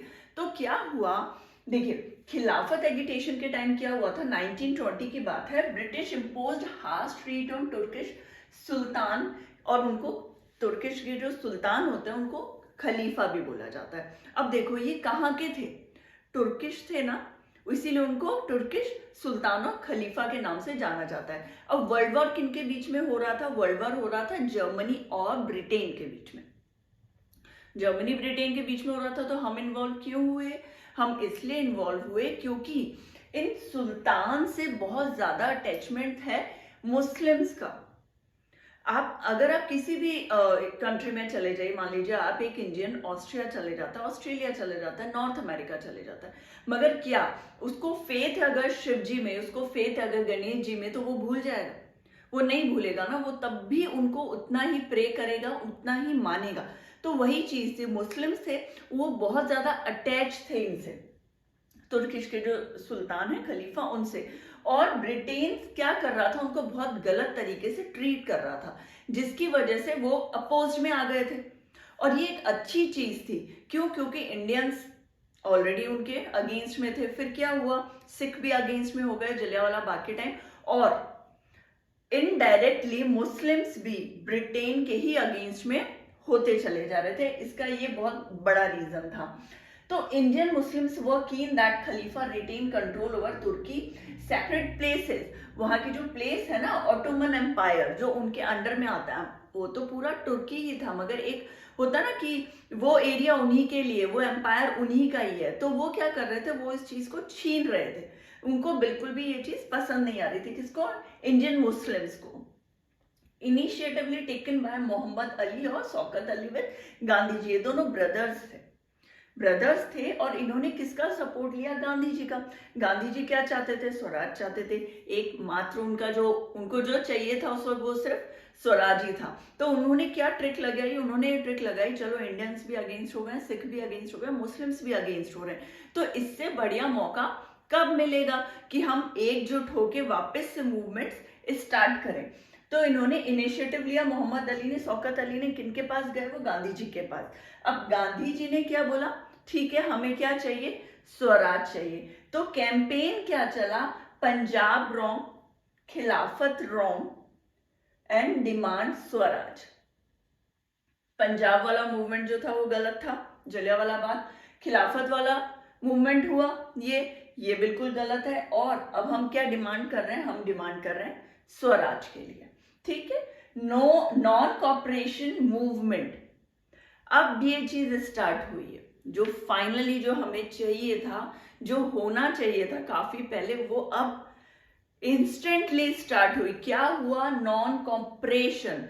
किसी भी तरीके से हम ब्रिटिशर्स को कॉपरेट नहीं करेंगे, ये कैंपेन चला। इसमें क्या होगा कि कोई भी जो ब्रिटेन की कितनी भी चीजें हैं ना, उनको हम कॉपरेट नहीं कर रहे, उन चीजों को हम नहीं ले रहे, यूज में नहीं लेंगे। कैसे यूज में नहीं लेंगे? 1921 1922 just a tip of iceberg. इसका मतलब मैं अभी बताऊंगी आपको। Just a tip of iceberg का भी, ये एक टिप ऑफ आइसबर्ग है। नॉन कॉपरेशन जो मूवमेंट है, आइसबर्ग मतलब जानते हैं ना ग्लेशियर, क्या होता है, हम जब बहुत ज्यादा ठंड पड़ती है जिस जगह में, नॉर्थ साउथ पोल में, वहां पे आइसबर्ग्स हो जाते हैं, बड़े बड़े बर्फ के रॉक पहाड़ हो जाते हैं। वो क्या, थोड़ा सा ही टिप तो उनका ऊपर दिखता है समुद्र के ऊपर, बाकी वो बहुत बड़े होते हैं नीचे से। तो ये जो मूवमेंट था वो बस स्टार्टिंग थी। इनका कहने का मतलब ये बस एक ये टिप है ऊपर जो आप देख रहे हो छोटी सी। अभी तो बहुत कुछ अंदर ही अंदर कंट्री के चल रहा था जो बहुत ह्यूज था। 1921 और 22 में क्या, just a tip of iceberg. अब इसमें हुआ क्या है, किस तरह से हम कॉपरेट नहीं कर रहे हैं ब्रिटिशर्स को, ये बताती हूं मैं। Students left government school colleges. Student को क्या चाहिए था? पढ़ना ही नहीं था, तो उन्होंने क्या किया, गवर्नमेंट के जो स्कूल से जो ब्रिटेन ने बनाए थे उन सबको वहां से, वो लोग वहां से हट गए, वहां से जाना बंद कर दिया, स्कूल कॉलेजेस में बिल्कुल जाना बंद कर दिया। लॉयर्स लेफ्ट प्रैक्टिसिंग, प्रैक्टिस करना लॉयर्स ने बंद कर दिया। उनमें से कौन थे मेन? मोतीलाल नेहरू, हम जानते हैं इनको, ये फादर हैं जवाहरलाल नेहरू के। सियादास दास, राजा गोपाल चरण और आसफ अली, ये इतने बड़े बड़े लॉयर्स जो बिल्कुल लिटरली उनके कनेक्शन में थे ब्रिटेन उनके ऑफिसर्स के, उन लोगों ने ही जब कनेक्टिविटी तोड़ दी तो क्या होता है, पीपल ज्यादा अटैच होते हैं ऐसे मूवमेंट से, कि जब हमारे लीडर्स उनके कनेक्शन में नहीं है तो हम क्यों हो, तो हमारे पास ऐसी कोई भी चीज हो वो हम उसको हटा देते हैं, अपने पास से फेंक देते हैं। अब जैसे ये बहुत अच्छी चीज नहीं है, मैं एक वो चीज तो आपने खरीद ली ना, जैसे मान लीजिए अगर वो आप कोई वहां से आया हुआ है, एक्सपोर्ट हो रहा है कोई सामान, और आप वो उस कपड़े को पहन रहे हो और उसको जला रहे हो, तो वो तो अब तो आपने पैसे दे दिए थे, आपने, वो आप ही की चीज थी, मगर एक उनका ये तरीका था शो करने का गुस्सा। तो ब्रिटिश टाइटल्स वर सरेंडेड, जितने भी ब्रिटेन की ने जो टाइटल्स दिए थे लोगों को, जब लीडर्स को, जैसे महात्मा गांधी को दिए थे, वो सब उन्होंने वापस लौटा दिए। लेजिस्लेचर बॉयकॉट कर दिया टोटली। बॉनफायर्स ऑफ फॉरेन क्लोथ, देखिए अब फॉरेन क्लोथ जितने भी बाहर के कपड़े थे, जैसे जीन्स हो गए, जीन्स से बनी हुई चीजें हो गई है ना, डैनिम से बनी हुई चीजें हो गई, उनको क्या करने लगे, जलाने लगे। इनफैक्ट एक टाइम ऐसा भी था जो बार्बी डॉल्स वाला जो है, जैसे अपने तो यहाँ पे तब बार्बी डॉल्स नहीं चलती थी ना, नॉर्मल कपड़े की गुड़िया होती थी या पपेट्स होते थे, वो होते थे। तब क्या करने लगे, वो डॉल्स भी बच्चों के जला दिए जाते थे। इनफैक्ट बच्चे खुद आगे आके बोलते थे कि ये भी हमारा जो टॉयज है वो भी अगर बाहर के हैं तो उनको जला दो। तो trade fell down between 1920 to 22। Literally क्या हुआ, इतना कुछ करने के बाद अब हम सोच रहे हैं ऐसा क्या, आपने तो खरीद लिया, क्यों जला, मगर इससे फायदा ये हुआ कि जो ट्रेड था वो बिल्कुल डाउनफॉल हो गया था। उनको उससे कोई फायदा नहीं हो रहा था ट्रेडिंग से, क्योंकि लोग सामान यूज नहीं कर रहे थे, तो क्या होगा, हम कम सामान मंगाएंगे तो बिजनेस कम होगा तो डाउनफॉल होगा। खादी का भी यूज आ गया था, गांधी जी ने खादी का यूज, जो सूती कपड़ा, उसका यूज करने लग गए थे। Large part of the country were on the brink of a formidable revolt. अब क्या हुआ, आग जलते ही चिंगारी गई और आग जली, ऐसा वाला सीन हो गया था। हर कोई ये चाह रहा था कि हम अपनी तरीके से हम जितना कर सकते हैं उतना उस मूवमेंट में इन्वॉल्व हो, हम अपनी जान डाल दें। देखिए, just a tip of iceberg, but it's just a tip of iceberg. The large part of the country were on the brink of a formidable revolt. बहुत बड़ा पार्ट जो कंट्री का था वो तो अब मूवमेंट के लिए स्टार्ट हुआ था। ये तो एक छोटी सी चीज थी, अभी तो कहानी शुरू हुई है, अभी तो बहुत कुछ होना बाकी है। इस लाइन का ये मतलब है जो हमारी बुक में लिखा हुआ है। पीपल इनिशिएटिव्स, अब क्या कर रहे हैं, जो पीपल वहां के लोग हैं वो इनिशिएटिव्स लेना स्टार्ट करेंगे, हमारे लोग इनिशिएटिव लेंगे। Not accordance with Gandhi ji's ideas. क्या बहुत सारे लोग अपने तरीके से आइडिया, उनको ये तो पता नहीं, वो डायरेक्ट तो कांटेक्ट में आए नहीं गांधी जी के। गांधी जी हमेशा बोलेंगे नॉन वायलेंस में अपने तरीके से काम, सत्याग्रह करूंगा, भूखा रह लूंगा, लड़ाई नहीं करूंगा। मगर लोग उस चीज के लिए ट्रेंड नहीं थे ना, उस वो चीज तो उनको समझ में आ गई थी कि बॉयकॉट करना है हर चीज, इन लोगों का यूज नहीं करना, इन लोगों से रिलेटेड कोई भी चीज है उसका यूज नहीं करना। मगर उन्हें ये बात समझ में नहीं आ रही थी इस चीज को कैसे करना। एक बच्चे को मैं ये समझा रही हूँ कि हमें अंकल के पास नहीं जाना, हमें आंटी के पास नहीं जाना जो एक स्ट्रेंजर है, मगर उनसे कैसा बिहेव करा। हर स्ट्रेंजर गलत हो ये तो नहीं हो सकता, या उसे मार के, आपने देखा स्ट्रेंजरों से चाकू घोप दो और वापस आ जाओ, ये तो मैं नहीं सिखा रही हूँ। मैं ऐसे बोल रहा हूँ पोलाइटली वापस घर के अंदर आ जाओ, किसी स्ट्रेंजर से ज्यादा देर तक बात मत करो। इतना तो उस बच्चे को समझ में आ गया। मैंने इतना तो बोला ही नहीं कि अगर कोई स्ट्रेंजर दिखे तो उसे चाकू मार दो। वो अपनी तरीके से अगर ये कोशिश कर रहा है, क्यों? क्योंकि मैंने उसे आगे की ट्रेनिंग दी। मैंने सिर्फ उसको इतना ही बोला कि कोई स्ट्रेंजर होते हैं वो गलत होते हैं, हमें उनसे बात नहीं करनी। अब मैंने उसको बच्चे को ये नहीं बताया कि भैया चाकू नहीं मारना, सीधा हम लौट के अपने घर भी तो आ सकते हैं। वही चीज इन लोगों के साथ हो रही थी, वो अपने अकॉर्डिंग कर रहे थे चीजों को। वो उनको लग रहा था कि बॉयकॉट करना है ना, उनको यहाँ से हटाना है, हमें तो स्वराज चाहिए। ये चीज उन्हें समझ में आ गई थी, आगे की चीजें समझ में नहीं आ रही थी। और ये कुछ पॉइंट्स हैं, कुछ गलतियां हैं जो आगे और पता चलेगी। In Kheda campaign against high land revenue, Kheda में हाई लैंड रेवेन्यू, उसके लिए कैंपेन स्टार्ट हो गया। आंध्र प्रदेश में, तमिलनाडु में क्या, लिकर शॉप में देखो, अब यहाँ पे क्या वायलेंस हो गया ना, पिक्टेड। अब वो क्या कर रहे हैं, उसको तोड़ रहे हैं। मतलब जैसे लिकर शॉप हो गया ना, जो शराब से रिलेटेड बियर वगैरह, उनकी जो शॉप है, अब उसको वो लोग क्या कर रहे हैं, तोड़ रहे हैं, सामान फोड़ रहे हैं, बॉटल्स को तोड़ रहे हैं। तो एक नॉन वायलेंस में आ गया, वायलेंस में आ गया। इन गंटोर आंध्र प्रदेश में क्या हुआ, फॉरेस्ट सत्याग्रह है। देखो ये क्या है, गौरिल्ला स्ट्रेटेजी अटेम्प्ट कर रहे थे। गौरिल्ला स्ट्रेटेजी का मतलब समझते हैं, गौरिल्ला नहीं लेके आते, क्या होता है कि वो छुप के हमला करते हैं। गौरिल्ला छुप के हमला करता है ना, वैसे। तो वो क्या कर रहे थे, छुप के उन लोगों को मार रहे थे, ब्रिटेन के ऑफिसर्स को। और अगर इंडियन ऑफिसर्स भी थे जो उन्हीं के टीम में थे, तो वो क्या कर रहे थे, उन लोगों को मार रहे थे। और ये चीज बिल्कुल गांधी जी के रूल्स में नहीं है, उनके रूल्स ऑफ बुक में नहीं है। गौरिल्ला स्ट्रेटेजी बिल्कुल भी नहीं है। लिकर शॉप को तोड़ना फोड़ना ऐसा भी नहीं था। सिंध, जो पाक, सिंध क्या है हमारा, पाक में भी है ना, जैसे पंजाब पाक में भी है, पाकिस्तान में भी है, इंडिया में भी है। वैसे बंगाल, जो अब तो बांग्लादेश हो गया है, पहले वो बंगाल वाला एरिया, वहां पे भी खिलाफत का जो था वो बहुत हाई लेवल पे चल रहा था उस वक्त। ये जो गुस्सा था वो वहां के मुस्लिम्स में हाई लेवल पे था। पंजाब में अकाली एगिटेशन क्या हुआ था, महन थे वो रिमूव कर दिए गए थे। वो महन जो वहां पे थे, जो किसके सपोर्टिव थे, ब्रिटिशर्स के सपोर्टिव थे और करप्टेड थे। उन लोगों को क्या किया जा रहा था, वहां से हटाया जा रहा था, लिटरली मार के हटा रहे थे वो उनको। और टी गार्डन्स असम में जो लेबर थे, वो पार्टिसिपेंट्स जो थे, वो किस तरीके से इस मूवमेंट में हिस्सा ले रहे थे, वो बोल रहे थे गांधी जी को, गांधी महाराज की जय। ये इनका एक स्लोगन बना था, उसके अकॉर्डिंग वो कर रहे थे, गांधी महाराज की जय, गांधी महाराज की जय। अब वो ये सब चीजें तो उन्होंने नहीं बताई थी ना गांधी जी ने, कि हमें ये सब चीजें करनी। अब स्टार्टिंग क्या हो रही थी, खिलाफत एगिटेशन से। हमने क्या किया कि चलो ब्रिटिशर्स उनको, तुर्किश सुल्तान जो है, खलीफा को वो टॉर्चर कर रहा है, वो वहां से हटा रहा है। मैं वापस से रिपीट कर रही हूँ चीजें, वापस वहां से हटा रहा है। इसका क्या हुआ इम्पैक्ट, इंडियन जो मुस्लिम्स थे, और कहाँ के मुस्लिम, सिंध मतलब पाकिस्तान के मुस्लिम, और बंगाल मतलब बांग्लादेश जो अब बन गया, वो वाले मुस्लिम्स बहुत ज्यादा एग्रेसिव मोड में आ गए थे, गुस्से में आ गए थे। फिर क्या होता है, वहां पे इनिशिएटिव लिया जाता है। लेता कौन है इनिशिएटिव, ये बहुत ज्यादा इंपॉर्टेंट है, मोहम्मद अली, शौकत अली, गांधी जी के सपोर्ट के साथ। ये दोनों ब्रदर्स थे। जब उन्हें लगता है ना सब बहुत गलत हो रहा है, तो ये इस वर्ल्ड वॉर के बाद ये चीज गलत हो रही है। देखो वर्ल्ड वॉर हुआ ब्रिटेन जर्मनी, और जर्मनी के अंदर में तुर्की।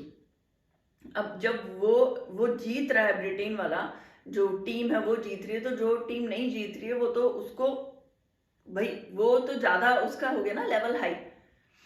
तो वो तो उस पर रूल करने की कोशिश करेगा ना एनी हाउ, तो वही चीज वो हो रही थी। और कैंपेन क्या चलाया, पंजाब रॉन्ग, खिलाफत रॉन्ग, डिमांड क्या करा, स्वराज। आप ऐसे याद रखिए कि गांधी जी को क्या चाहिए, सिर्फ swaraj, any how swaraj. Non cooperation movement कब स्टार्ट हुआ था, 1921-22, just a tip of iceberg, इसको ही बोलते हैं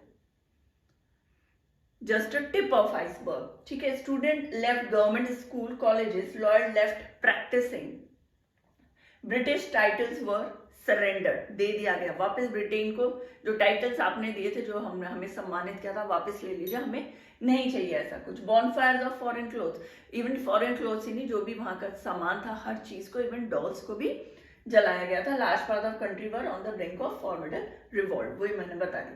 पीपल इनिशिएटिव कैसे ले रहे हैं, वो ऐसे इनिशिएटिव ले रहे हैं कि उनकी चीजों को यूज नहीं कर रहे थे, ठीक है, मगर गांधी जी के पॉइंट ऑफ व्यू से नहीं कर रहे थे, उनको जितना समझ में आ रहा था वो उसी तरीके से कर रहे थे। उनको लग रहा था बस स्वराज चाहिए, अब हम वो किसी भी तरीके से ले, वो हमारी मर्जी है।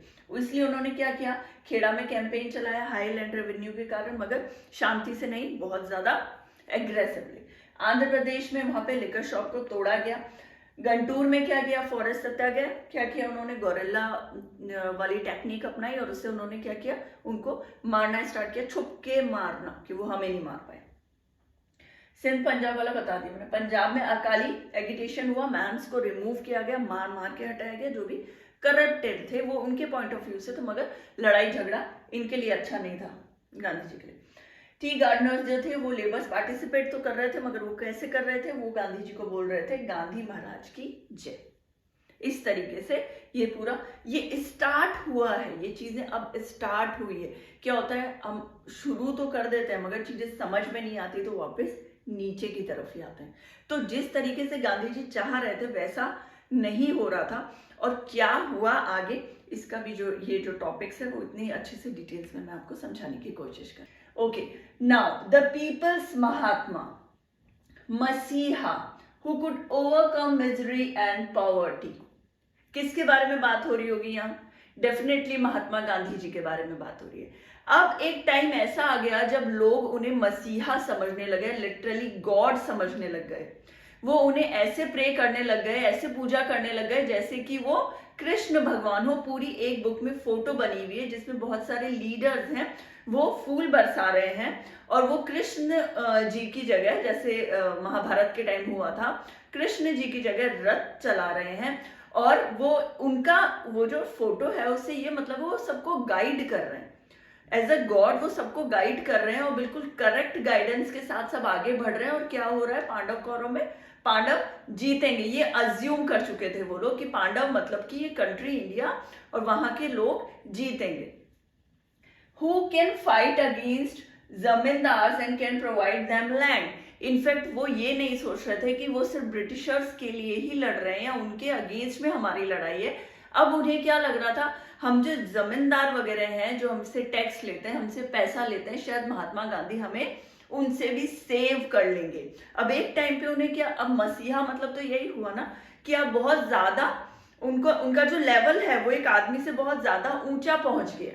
अब उन्हें लग रहा है कि उनकी एक छोटी सी भी प्रॉब्लम होगी शायद गांधी जी उसे सॉल्व कर देंगे। क्यों, क्योंकि एक तो लड़ाई झगड़े में इंटरेस्ट नहीं है उनका, वो सोचते ही नहीं इस बारे में। तो उन्हें क्या लग रहा है, वो तो जो बोलेंगे वो बिल्कुल करेक्ट होगा, बिना लड़ाई झगड़े के भी जब हम इतना आगे बढ़ सकते हैं इट मीन्स इस आदमी में बहुत कुछ है। डेफिनेटली उनके अंदर बहुत कुछ था, वो जो उनका लेवल सोचने का था वो बिल्कुल अलग था। अगर हम इस तरीके से सोचे कि क्यों लड़ाई झगड़ा, शायद इतने टाइम तक नहीं खिंचती बात, हम विद इन ईयर या 2 ईयर में शायद हमें फ्रीडम मिल जाती। मगर बात ये नहीं थी कि हम इस तरीके से फ्रीडम ले रहे हैं तो टाइम ज्यादा लग रहा है। बात ये थी कि फ्रीडम मिलने के बाद भी अगर लोगों को ये बात कंफर्म हो जाती कि लड़ाई झगड़े से हम अपनी बात मना सकते हैं, तो शायद फ्रीडम मिलने के बाद भी कंट्री इंडिया के जो गवर्नमेंट होती उससे भी जो पीपल हैं वो क्या करते, सिटीजन क्या करते, लड़ झगड़ के अपनी बात मनवाते, जो कि बिल्कुल गलत होता। उनका सोचना ये था, वो उस लेवल तक सोच रहे थे, इतनी दूर तक सोच रहे थे। तो अब जमींदार वगैरह से भी वो उन्हें बचा सकते हैं, जबकि महात्मा गांधी जी ये बोल रहे थे कि हमारी आपस की लड़ाई नहीं है, कॉन्फ्लिक्ट विद इन नहीं है ये, आप ये समझ लीजिए कि हम बहुत ह्यूज लेवल पे कर रहे हैं। हमें तो एक कंट्री को दूसरी कंट्री के लोगों से बचाना है। हम कंट्री के लोग ही आपस में थोड़ी लड़के, ऐसा थोड़ी कि मैं अब छोटी मोटी लड़ाइयों को भी वो देखेंगे। उनको तो उनका क्या कॉन्सेप्ट क्लियर था कि हमें तो मुझे स्वराज चाहिए। स्वराज कैसे चाहिए? बिना लड़ाई के चाहिए। अब ये छोटी मोटी लड़ाइयां तो अब बाद में देखी जाएगी, उन्होंने ये सोचा होगा। अब उनको तो मसीहा मसीहा मतलब वो तो सारे सॉल्यूशन, सारी प्रॉब्लम का सॉल्यूशन उनके पास है, लोग ऐसा सोच रहे थे। जबकि उनका क्या कहना था? उनका ये कहना था कि जो लड़ाई है वो हमारे आपस में कॉन्फ्लिक्ट्स नहीं है। क्या लड़ाई है? दो कंट्रीज के बीच में। Like who can fight against zamindars and provide the land, उन्हें ऐसा लग रहा था। द पीजेंट्स ऑफ प्रतापगढ़ जो अब यूपी में है, तब managed to stop illegal eviction of tenants. उनकी मतलब उनकी बातों से उन्होंने क्या किया, धीरे धीरे जो वहां के लोग थे उन्होंने जमींदारों से उनके जो मतलब क्या होता था एक टाइम पे कि खेतों को गिरवी रख के और फिर उसमें खेती की जाती थी। गिरवी रख दिया कोई सामान और फिर खेती करवा रहे हैं, या आप अपना खेत गिरवी रख रहे हो फिर पैसा ले रहे हो, ये सब चीजें चलती थी इंडिया में। तब गिरवी रखा जाता था सामान, चाहे जमीन हो, चाहे सामान हो, चाहे ज्वेलरी हो। तो ये चीजों के लिए अब उन्होंने स्टेप लिए। किन लोगों ने? पीजेंट्स ने। कहाँ के? प्रतापगढ़ में। और कैसे तैसे उन्होंने क्या किया? इलीगल इवेक्शन ऑफ टेनेंट्स थी। टेनेंट्स मतलब उनके जो रहते थे जो लोग, जो किराएदार, जो इलीगल तरीके से रह रहे थे वहां पर, उनके खेतों में काम कर रहे थे, उन लोगों को हटाया। तो उन्हें क्या लगा, हम किसके नक्शे कदम पे चले? गांधी जी के। और ये हमें बहुत ज्यादा फायदा मिला इस चीज का। मगर कुछ लोगों ने, जैसे ट्राइबल्स वगैरह ने क्या किया, tribals took some action that did not confirm Gandhi ideas. उन्होंने क्या किया? ब्रिटिशर्स पे, ऑफिसर्स पे गोलियां चलाई थी, फॉरेस्ट में छुप कर गोलियां चलाई। अब ये उनका तरीका नहीं था, मगर उन्हें क्या लग रहा था, हम अपने तरीके से, स्वराज तो हमें भी चाहिए, गांधी जी ने बोला है कि कैसे भी लेना है तो अब हम ऐसे ही ले लेंगे। मगर ये कुछ तरीके गलत थे। वही बात है जो मैंने अभी आपको पहले बताई थी लास्ट वाले टॉपिक में, कि इन्हें ट्रेनिंग देने की जरूरत थी, बहुत ज्यादा जरूरत थी। फिर इन बिटवीन क्या होता है, 1922 में चोरी चोरा कांड हो जाता है। इसमें क्या होता है, 1922 में, ऐसे याद रखिएगा, 22 में ही 22 policeman were killed because the police has fired on the demonstration. उनके जगह पे गोली चलाने के कारण एक ही ऑफिसर ने ऐसा किया था, मगर क्या हुआ, 22 पुलिसमैन को मार दिया गया था, चोराचारी कांड वाले उस टाइम। जो ये चीज जो है बहुत गलत हुई थी, ये सही नहीं हुई थी। गांधी जी के पॉइंट ऑफ व्यू से देखें तो ये वाला जो चोरी चोरा वाला कांड है वो बिल्कुल गलत था। ठीक है, तो क्या हुआ था, मिड 1920s में Gandhi support to fight election and enter in government policies. अब उन्हें क्या लग रहा था, कांग्रेस वाला है ये, कांग्रेस में क्या होता है, अब वो लोग सोचते हैं हम धीरे धीरे क्यों नहीं इलेक्शन लड़ना शुरू करें और जो गवर्नमेंट है, गवर्नमेंट जो लाइन है उसमें हम इन्वॉल्व होते चले जाए। क्यों? क्योंकि शुरुआत तो जो रूल्स बन रहे हैं वो वहीं से बन रहे हैं, अगर हम वहीं चले जाएंगे तो हम कितना कुछ सुधार सकते हैं, ये सोच थी उनकी। Leaders such as Chittaranjan Das जो कि ईस्ट बंगाल के थे, और मोतीलाल नेहरू, इनका आइडिया था। ये ऐसा सोच रहे थे कि हम सपोर्ट करें, अब हम इलेक्शन फाइट करें, ये कांग्रेस की तरफ से। ठीक है, फॉर्मेशन ऑफ राष्ट्रीय स्वयंसेवक संघ उस टाइम फॉर्मेशन हुआ विद इन, ये 1920s की बात चल रही है। क्या क्या हुआ भाई, ये तो मूवमेंट चल ही रहा है, इसके साथ क्या क्या हो रहा है पूरे इंडिया में ये बता रहे हैं। फॉर्मेशन ऑफ राष्ट्रीय Swayamsevak Sangh and the communist party of India, इसका भी फॉर्मेशन होता है इसी टाइम पे। रिवॉल्यूशनरी नेशनलिस्ट जैसे भगत सिंह, चंद्रशेखर, सुखदेव, इन्होंने क्या किया था, तीनों पे इन पे तो कितनी मूवीज बनी हुई, सबने देखी होगी डेफिनेटली। उन्होंने क्या किया था, थ्रू अ बॉम्ब, एक बॉम्ब फेंका था ना सेंट्रल लेजिस्लेचर असेंबली, जब असेंबली हो रही थी, बहुत सारे लोग थे वहां पे इंडियंस भी थे, आपने बम फेंका, बहुत अच्छा किया। जो बात गलत हुई वो हुई, वहां पे इंडियंस भी तो थे, वो इंडियन तो हमारी ही कंट्री के थे ना। चलो वो जो गुस्सा था उनका वो भी वाजिब था। एक लेवल पे बोलते ना कि जवान लोग हैं, ये कितने इयर्स के थे, ओनली बहुत छोटे थे, 23 इयर्स के तो भगत सिंह थे उस टाइम। सोचो वो कितने जवान हो गए, और वो कितना जवान गर्मी हो गई अंदर से कि मुझे कैसे भी करके हमारे, जैसे हम अपनी मम्मी को बचाने की कोशिश कर रहे हैं या कि अपनी मदर के लिए प्यार करते हैं, उतना प्यार उस टाइम लोगों में भारत के लिए था। अभी भी होगा डेफिनेटली, मगर वो जो था, वो जो इंथुजियाज्म था कि हम कैसे भी करके हमें फ्री होना है, इस इंडिया को बचाना है। इंडिया को ऐसे नहीं सोच रहे थे कि वो सबकी कंट्री है, मैं नहीं करूंगा, कोई और करेगा, कोई और नहीं, कोई और करेगा। उन्हें लग रहा था ये हमारे लिए है, हमारा घर है, हमारा देश है। जैसे एक पक्षी होता है ना, घोंसले को कैसे बचाता है, कितना प्यार करता है उस घोंसले से, एक बार तिनका गिरता है वापस बनाता है, फिर तिनका गिरता है वापस बनाता है, कितनी कोशिशों के बाद वो फाइनली उसको इतना सुंदर बना देता है। वो ये थोड़ी सोचता है कि ये छोड़ो दूसरा घर बना लूंगा, किसी और ने तोड़ दिया वापस बना लूंगा। उसको कितना प्यार है उस छोटे से घोंसले से, वही चीज। तो इन्होंने क्या किया था, aim not to kill but to make the deaf hear, ये सुनाना, जो जिनके कानों में आवाज नहीं जा रही थी स्वराज की, वो उनको कैसे बम के थ्रू ये बता रहे थे कि सुनो हमारी बात, हम क्या कह रहे हैं, हम क्या बोल रहे हैं, इस बात को सुनो। A police officer involved in लाठी charge death of Lala Lajpat Rai. लाठी चार्ज जो हुआ था, एक पुलिस ऑफिसर था, वो क्या हुआ, लाठी चार्ज के दौरान क्या हुआ था, लाला लाजपत राय की डेथ हो गया था उस टाइम, और उसका गुस्सा जो था वो उन तीनों ने ऐसे निकाला था। 8 अप्रैल 1929 थ्रू अ बॉम्ब। उन्होंने कौन सी डेट को बॉम्ब फेंका था लेजिस्लेटिव असेंबली में, 8 अप्रैल 1929 में। एंड देन 23 मार्च 1931, एक साल के अंदर अंदर हैंग टिल डेथ। और उस टाइम वो बहुत छोटे थे, 23 इयर्स की एज थी उनकी। तो सोचो वो जो टाइम था, और इस चीज से लोगों में इतना ज्यादा आक्रोश आ गया था, इतना गुस्सा थे लोग कि एक जब ये जो डेट है, जब उनको फांसी पे लटकाया गया था 23, एक दिन पहले कर दिया था, 24 को होना था।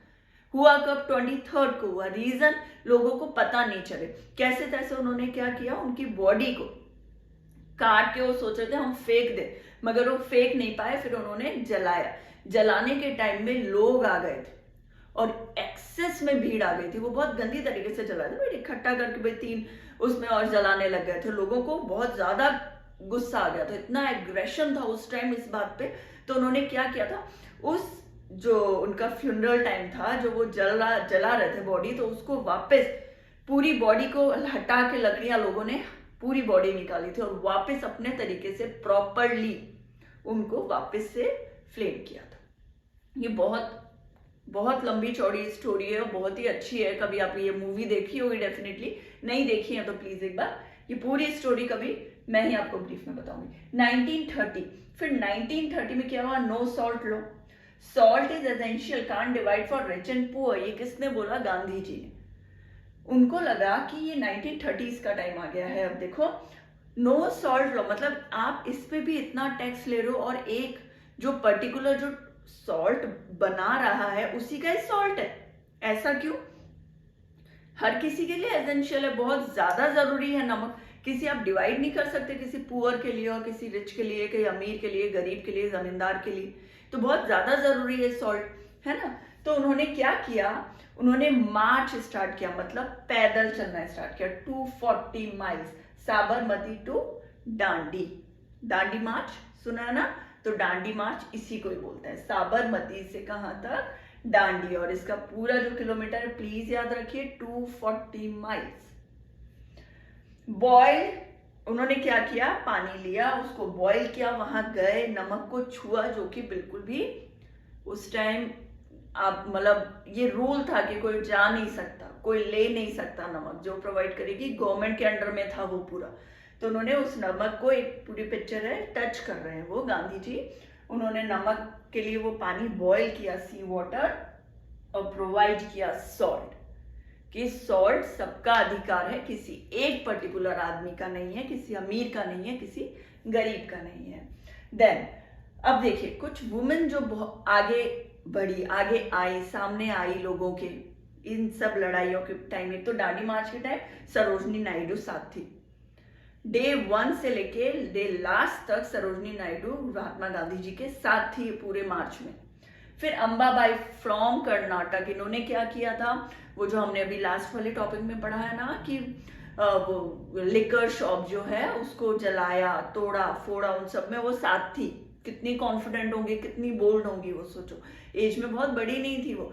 2 बार अरेस्ट हुई, दोनों बार छूट गई, मगर उन्होंने क्या किया, स्पीच देना, लोगों को मोटिवेट करना हर वक्त चालू रखा। इनफैक्ट जब वो जेल में थी तो वो लोगों को लेटर लिख लिख के, जितने भी वहां पे जेल में लोग थे इंडियन, जो कि ऐसे ही किसी रीजन से बंद हुए थे, उनको लेटर लिख के, स्पीच देके मोटिवेट करती रहती थी कि अभी भी हम ऐसा मत सोचो हम यहाँ आए तो हम यहीं रहेंगे, हम बाहर निकलेंगे, हम वापस उसी जोश और जुनून के साथ वापस लड़ेंगे।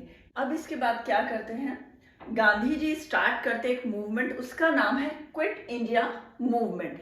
इसमें क्या कर रहे हैं वो, उन्होंने डिसाइड कर लिया कि अभी तक तो क्या हो रहा था कि लोग, ब्रिटिशर्स जो है वो मारते चले जा रहे थे इंडियंस को। तब उन्होंने डिसाइड किया कि हम क्या करेंगे, डू और दैट। अभी भी उन्होंने ये नहीं बोला है कि हम मारेंगे, उन्होंने बोला या तो हम करेंगे या मर जाएंगे। क्यों? क्योंकि क्या होता है कि एक टाइम के बाद जब आप गोली खाते जा, वो देख रहे हैं कि लोग गोली बेचारे बिना मतलब मर रहे, तो उन्होंने क्या डिसाइड किया, वो देखते थोड़ी रहेंगे, बैठे थोड़ी रहेंगे, हम लोग भी तो कुछ करेंगे। अब जब लेना ही है स्वराज, तो अब कुछ ना कुछ तो, कोई ना कोई तरीका तो अपनाना ही पड़ेगा। तो quit India movement, Gandhi ji decided to new phase of movement and the name was do और डाई। ज्वाइंड बाय स्टूडेंट्स, जो भी स्टूडेंट थे, जो कॉलेजेस स्टूडेंट थे, जो स्कूल स्टूडेंट थे, उन सब ने डिसाइड कर लिया हम भी ये ज्वाइन करेंगे movement. Communication and symbols of state authority were attacked. क्या हो रहा था, वैसे तो आप मार काट नहीं सकते, मगर इतना तो कर सकते हो, न्यूज़पेपर पढ़ना बंद कर देंगे, मैगजीन्स पढ़ना बंद कर देंगे, यूज करना बंद कर देंगे, वो ब्रिटेन से रिलेटेड जो भी ऑफिसेज हैं वहां जाना बंद कर देंगे, इतना कर सकते हैं। सेट अप ओन गवर्नमेंट, कुछ एरिया जो था इंडिया का वो ऑलरेडी फ्रीडम, हमें जो फ्रीडम मिला उससे पहले ही फ्रीडम मिल गया था, और उन्होंने क्या बोला, तुम जानो, तुम्हारा काम जाने, लड़ते रहो, मगर मेरी जो एरिया है, मेरी जो अथॉरिटी है, वो, जैसे ये बलिया के बारे में बता रही हूँ, लाइक बलिया बिहार, कि हमें तो आज ही फ्रीडम मिल गया, हम ना तो किसी को अंदर आने देंगे, और ऑफ कोर्स मिल भी गया था, ना तो उस राजा ने अंदर आने दिया किसी ब्रिटेन वालों को, ना उसका वो काम करता था, और एक तरह से ना ही वो इन्वॉल्व था, जो बाहर उसके एरिया के बाहर जो चल रहा था ना मूवमेंट, उसमें वो इन्वॉल्वमेंट भी नहीं दिखा रहा था। वो बोल रहा था जो मेरा एरिया, मेरा जो एम्पायर है वो मैंने फ्री कर लिया, अब तुम जानो, तुम्हारा काम जाने, हमने तो फ्री कर लिया, और ना तो अब कोई अंदर आएगा और ना हम में से कोई बाहर जाएगा। तो सेटअप ओन गवर्नमेंट, कुछ ने अपना ओन गवर्नमेंट सेटअप कर भी लिया था, मतलब धीरे धीरे हम काफी करीब पहुंच चुके थे हमारे फ्री होने के लिए, फ्रीडम के लिए। British against action against these, इन सब के साथ ब्रिटिशर्स का क्या एक्शन रहा होगा, वो भी चुप नहीं बैठे होंगे। तो एंड ऑफ 1943 90,000 वर अरेस्टेड, जिसको देखते थे वो अरेस्ट करना स्टार्ट कर दिया था, इतना अरेस्ट कर लिया था कि जेल में जगह ही नहीं बची थी। 1000 किल। अब ये जो मारते भी थे तो कैसे मार रहे थे, जो ऊपर से फायरिंग हो रही थी, कहां से, प्लेन से, हेलीकॉप्टर से, उनको ये बोल दिया गया था कि कहीं भी ऐसा दिखे आपको, कोई मूवमेंट चल रहा है, कोई कैंपेन चल रहा है, वहां पे फायरिंग करना स्टार्ट कर दीजिए। तो फिर किनका एरा आया सुभाष चंद्र बोस जी का। उन्होंने बोला तुम मुझे खून दो, मैं तुम्हें आजादी दूंगा। कई लोग कहते हैं कि इनका और गांधी जी का जो आइडियाज थे बहुत डिफरेंट थे, गोल एक ही था, देखो गोल एक ही था, फ्रीडम, स्वराज, मगर क्या था, ये किस चीज में विश्वास करते थे, सिविल सर्वेंट थे, और ये लंदन से पढ़ के आए हुए हैं, लंदन के हैं, वहां पे जॉब करी है इन्होंने, और एक मतलब एक सोल्जर होता ना वैसा दिमाग है उनका, एक आम आदमी जैसा नहीं है, एक सोल्जर वाला दिमाग है। तो वो कैसा चलेगा आप सोच सकते हो। जैसे इन्होंने इनफैक्ट हिटलर से भी मीटिंग कर ली थी, और हिटलर को ये तक नहीं पता चला था कि जो लोग हमारे जो ब्रिटेन के जो ऑफिसर थे जिनको ढूंढ रहे हैं वो यही है, सुभाष चंद्र बोस, और उनकी मीटिंग हो भी गई थी। Came from London, quit civil service in January 1941, left Calcutta home, raise Azad Hind Fauj. कलकत्ते का घर भी उन्होंने छोड़ा था 1941 में, वो भी चुपचाप सीक्रेटली, किसी को पता भी नहीं चला था। आजाद हिंद फौज उन्होंने सेटअप किया, इंडियन नेशनल आर्मी जिसको हम बोलते हैं INA, है ना, इनसे रिलेटेड है सुभाष चंद्र बोस से, INA, इंडियन नेशनल आर्मी। 1944 में क्या होता है, Imphal and Kohima campaign failed हो गया था इनका, जापान वाला। ये बहुत ज्यादा तेज आदमी है ये एक्चुअली में। अब बहुत सारे लोग ऐसे बोलते हैं कि उनका जब ये जो पूरा हुआ था ना इम्फाल वाला, जापान को उन्होंने फोर्स किया था। देखो ब्रिटेन, वर्ल्ड वॉर हुआ था, ब्रिटेन जर्मनी, तो ब्रिटेन जीत रहा था, जर्मनी उनके ऑलरेडी अगेंस्ट था, तो जर्मनी और जापान उस तरफ वो गए कि देखो तुम्हारा दुश्मन हमारा दुश्मन, आओ मिलके इंडिया पे अटैक करें। इंडिया पे अटैक करने का मतलब उनका ये नहीं था कि इंडियंस पे अटैक करें, उनका था उनके गवर्नमेंट पे अटैक करें। गवर्नमेंट कौन? ब्रिटेन। तो लड़ाई भाई तुम्हारी जर्मनी की, उसकी लड़ाई वो उसका दुश्मन है, तो उनको पता था ये हमारा सपोर्ट करेगा। तो वो लोग क्या कर रहे थे, साथ मिलके उनकी आर्मी, सुभाष चंद्र बोस की आर्मी और जापान वाली आर्मी दोनों इम्फाल की तरफ से एंटर कर रहे थे। जैसे इंडिया है, यहाँ पे है जापान, तो जापान की तरफ से। मगर हुआ क्या कि बहुत सारे रीजंस, क्या हुआ, बीच में ही कॉन्फ्लिक्ट्स होने लग गए जापानीज ऑफिसर्स और सोल्जर के बीच में और इंडियंस के बीच में। उनको खाना कम दिया जाता था, उनका केयर नहीं किया जाता था इंडियंस का, तो उनके बीच में ही बहुत सारे प्रॉब्लम्स क्रिएट हो गए थे और प्रॉपर चीज हुई नहीं, क्योंकि बहुत ज्यादा बारिश होने लग गई थी और वो सब कुछ मतलब फेल हो गया वो उनका पूरा प्लान। और अरेस्ट हो गई थी आर्मी मेंबर, जितने भी थे वो सब अरेस्ट हो गए थे, और बोस जी थे वो प्लेन क्रैश में एक्सपायर हो गए थे, या कुछ लोग कहते हैं वो भाग गए थे, जो भी था देखें। तो ये पूरा इनका एरा था इस टाइम। फिर begin viewing Muslim as separate nation. Meanwhile क्या चलता रहा था, मोहम्मद जिन्ना ने क्या बोला था, मुस्लिम लीग तो बना ही ली थी, अब उन्होंने कहा कि यहाँ तो जवाहरलाल नेहरू बनने वाला प्राइम मिनिस्टर, तो एक काम करता हूँ मुस्लिम लीग का मैं बनूंगा। तो उन्होंने क्या किया, एक ग्रुप ही मैं अलग बना लेता हूँ, एक अलग ग्रुप बना लूंगा जिससे फायदा मुझे ही होगा। क्या फायदा होगा कि ये लोग इंडियंस तो इनको वोट दे रहे हैं, क्यों? क्योंकि कोई मुस्लिम्स जो स्टैंड किया, जो इलेक्शन के लिए खड़े हो, उनको भी वोट नहीं मिल रही थी मुस्लिम्स की तरफ से, वो भी कांग्रेस को ही वोट दे रहा था। तो उन्होंने सोचा मैं तो एक कंट्री अलग बना लेता हूँ मुस्लिम्स का, और उनका लीडर मैं रहूंगा। एज मुस्लिम व माइनर थे, failed in election, Congress did not accept that there is no support of Muslims. उन्होंने बोला ही नहीं कि भाई सपोर्ट नहीं करते, ऐसा हो ही नहीं सकता, कांग्रेस में ऑलरेडी इतने मुस्लिम जो है मेंबर्स हैं, तो हम ऐसा तो है ही नहीं कि हम सपोर्ट नहीं कर रहे हैं, आप एक ही उसमें रहिए कंट्री में। तो ब्रिटिश क्या करा उस टाइम, ब्रिटिशर्स ने क्या किया, उन्होंने क्या किया, मार्च 1946 में 3 मेंबर्स आए, केम टू दिल्ली। कौन कौन आए थे? क्रिस्प आए थे, पैट्रिक लॉरेंस आए थे और अलेक्जेंडर आए थे। इन तीनों ने भी क्या बोला कि एक ही होनी चाहिए कंट्री, डिवाइड नहीं होना चाहिए। बट 16 अगस्त 1946 को डायरेक्ट एक्शन डे इन्होंने अनाउंस कर दिया। डायरेक्ट एक्शन डे मतलब हम इस दिन हमारा फ्रीडम लेके रहेंगे। अब इसमें क्या हुआ, लोग जो थे वो मिक्स्ड फीलिंग थी। मिक्स्ड फीलिंग क्यों भाई, ब्रिटेन से तो हमें छुटकारा मिल रहा है, मगर लोग भी तो डिवाइड हो रहे हैं। छोटी छोटी जो स्टोरीज हैं वो बहुत ज्यादा टचिंग है। इधर भी प्रॉब्लम हो रही है, लोग मार रहे हैं, गिर रहे हैं, क्या ट्रेन में जा रहे हैं तो गिर रहे हैं। आपने गदर देखी होगी मूवी, कितना अच्छे से डिटेल्स के साथ बताया गया। तो वो ब्रिटेन के साथ हमें छुटकारा मिल रहा है, बहुत अच्छी बात है, मगर खुद का ही घर टूट रहा है, ये चीज बहुत ज्यादा हर्ट कर रही थी लोगों को। तो इन सब चीजों को हम क्या बोलेंगे, मिक्स्ड फीलिंग। तो अभी तक तो हम यहाँ तक आ गए हैं। अब क्या होने वाला, नेक्स्ट ये होने वाला है कि हम जो नेक्स्ट चैप्टर है वो क्या हुआ, इंडिपेंडेंट के बाद इंडिया कैसा था, क्या बना, और जस्ट इंडिपेंडेंस मिली, ब्रिटेन वाले जा रहे थे तब क्या हुआ, ये हम नेक्स्ट चैप्टर में पूरी डिटेल्स में पढ़ लेंगे। Thank you.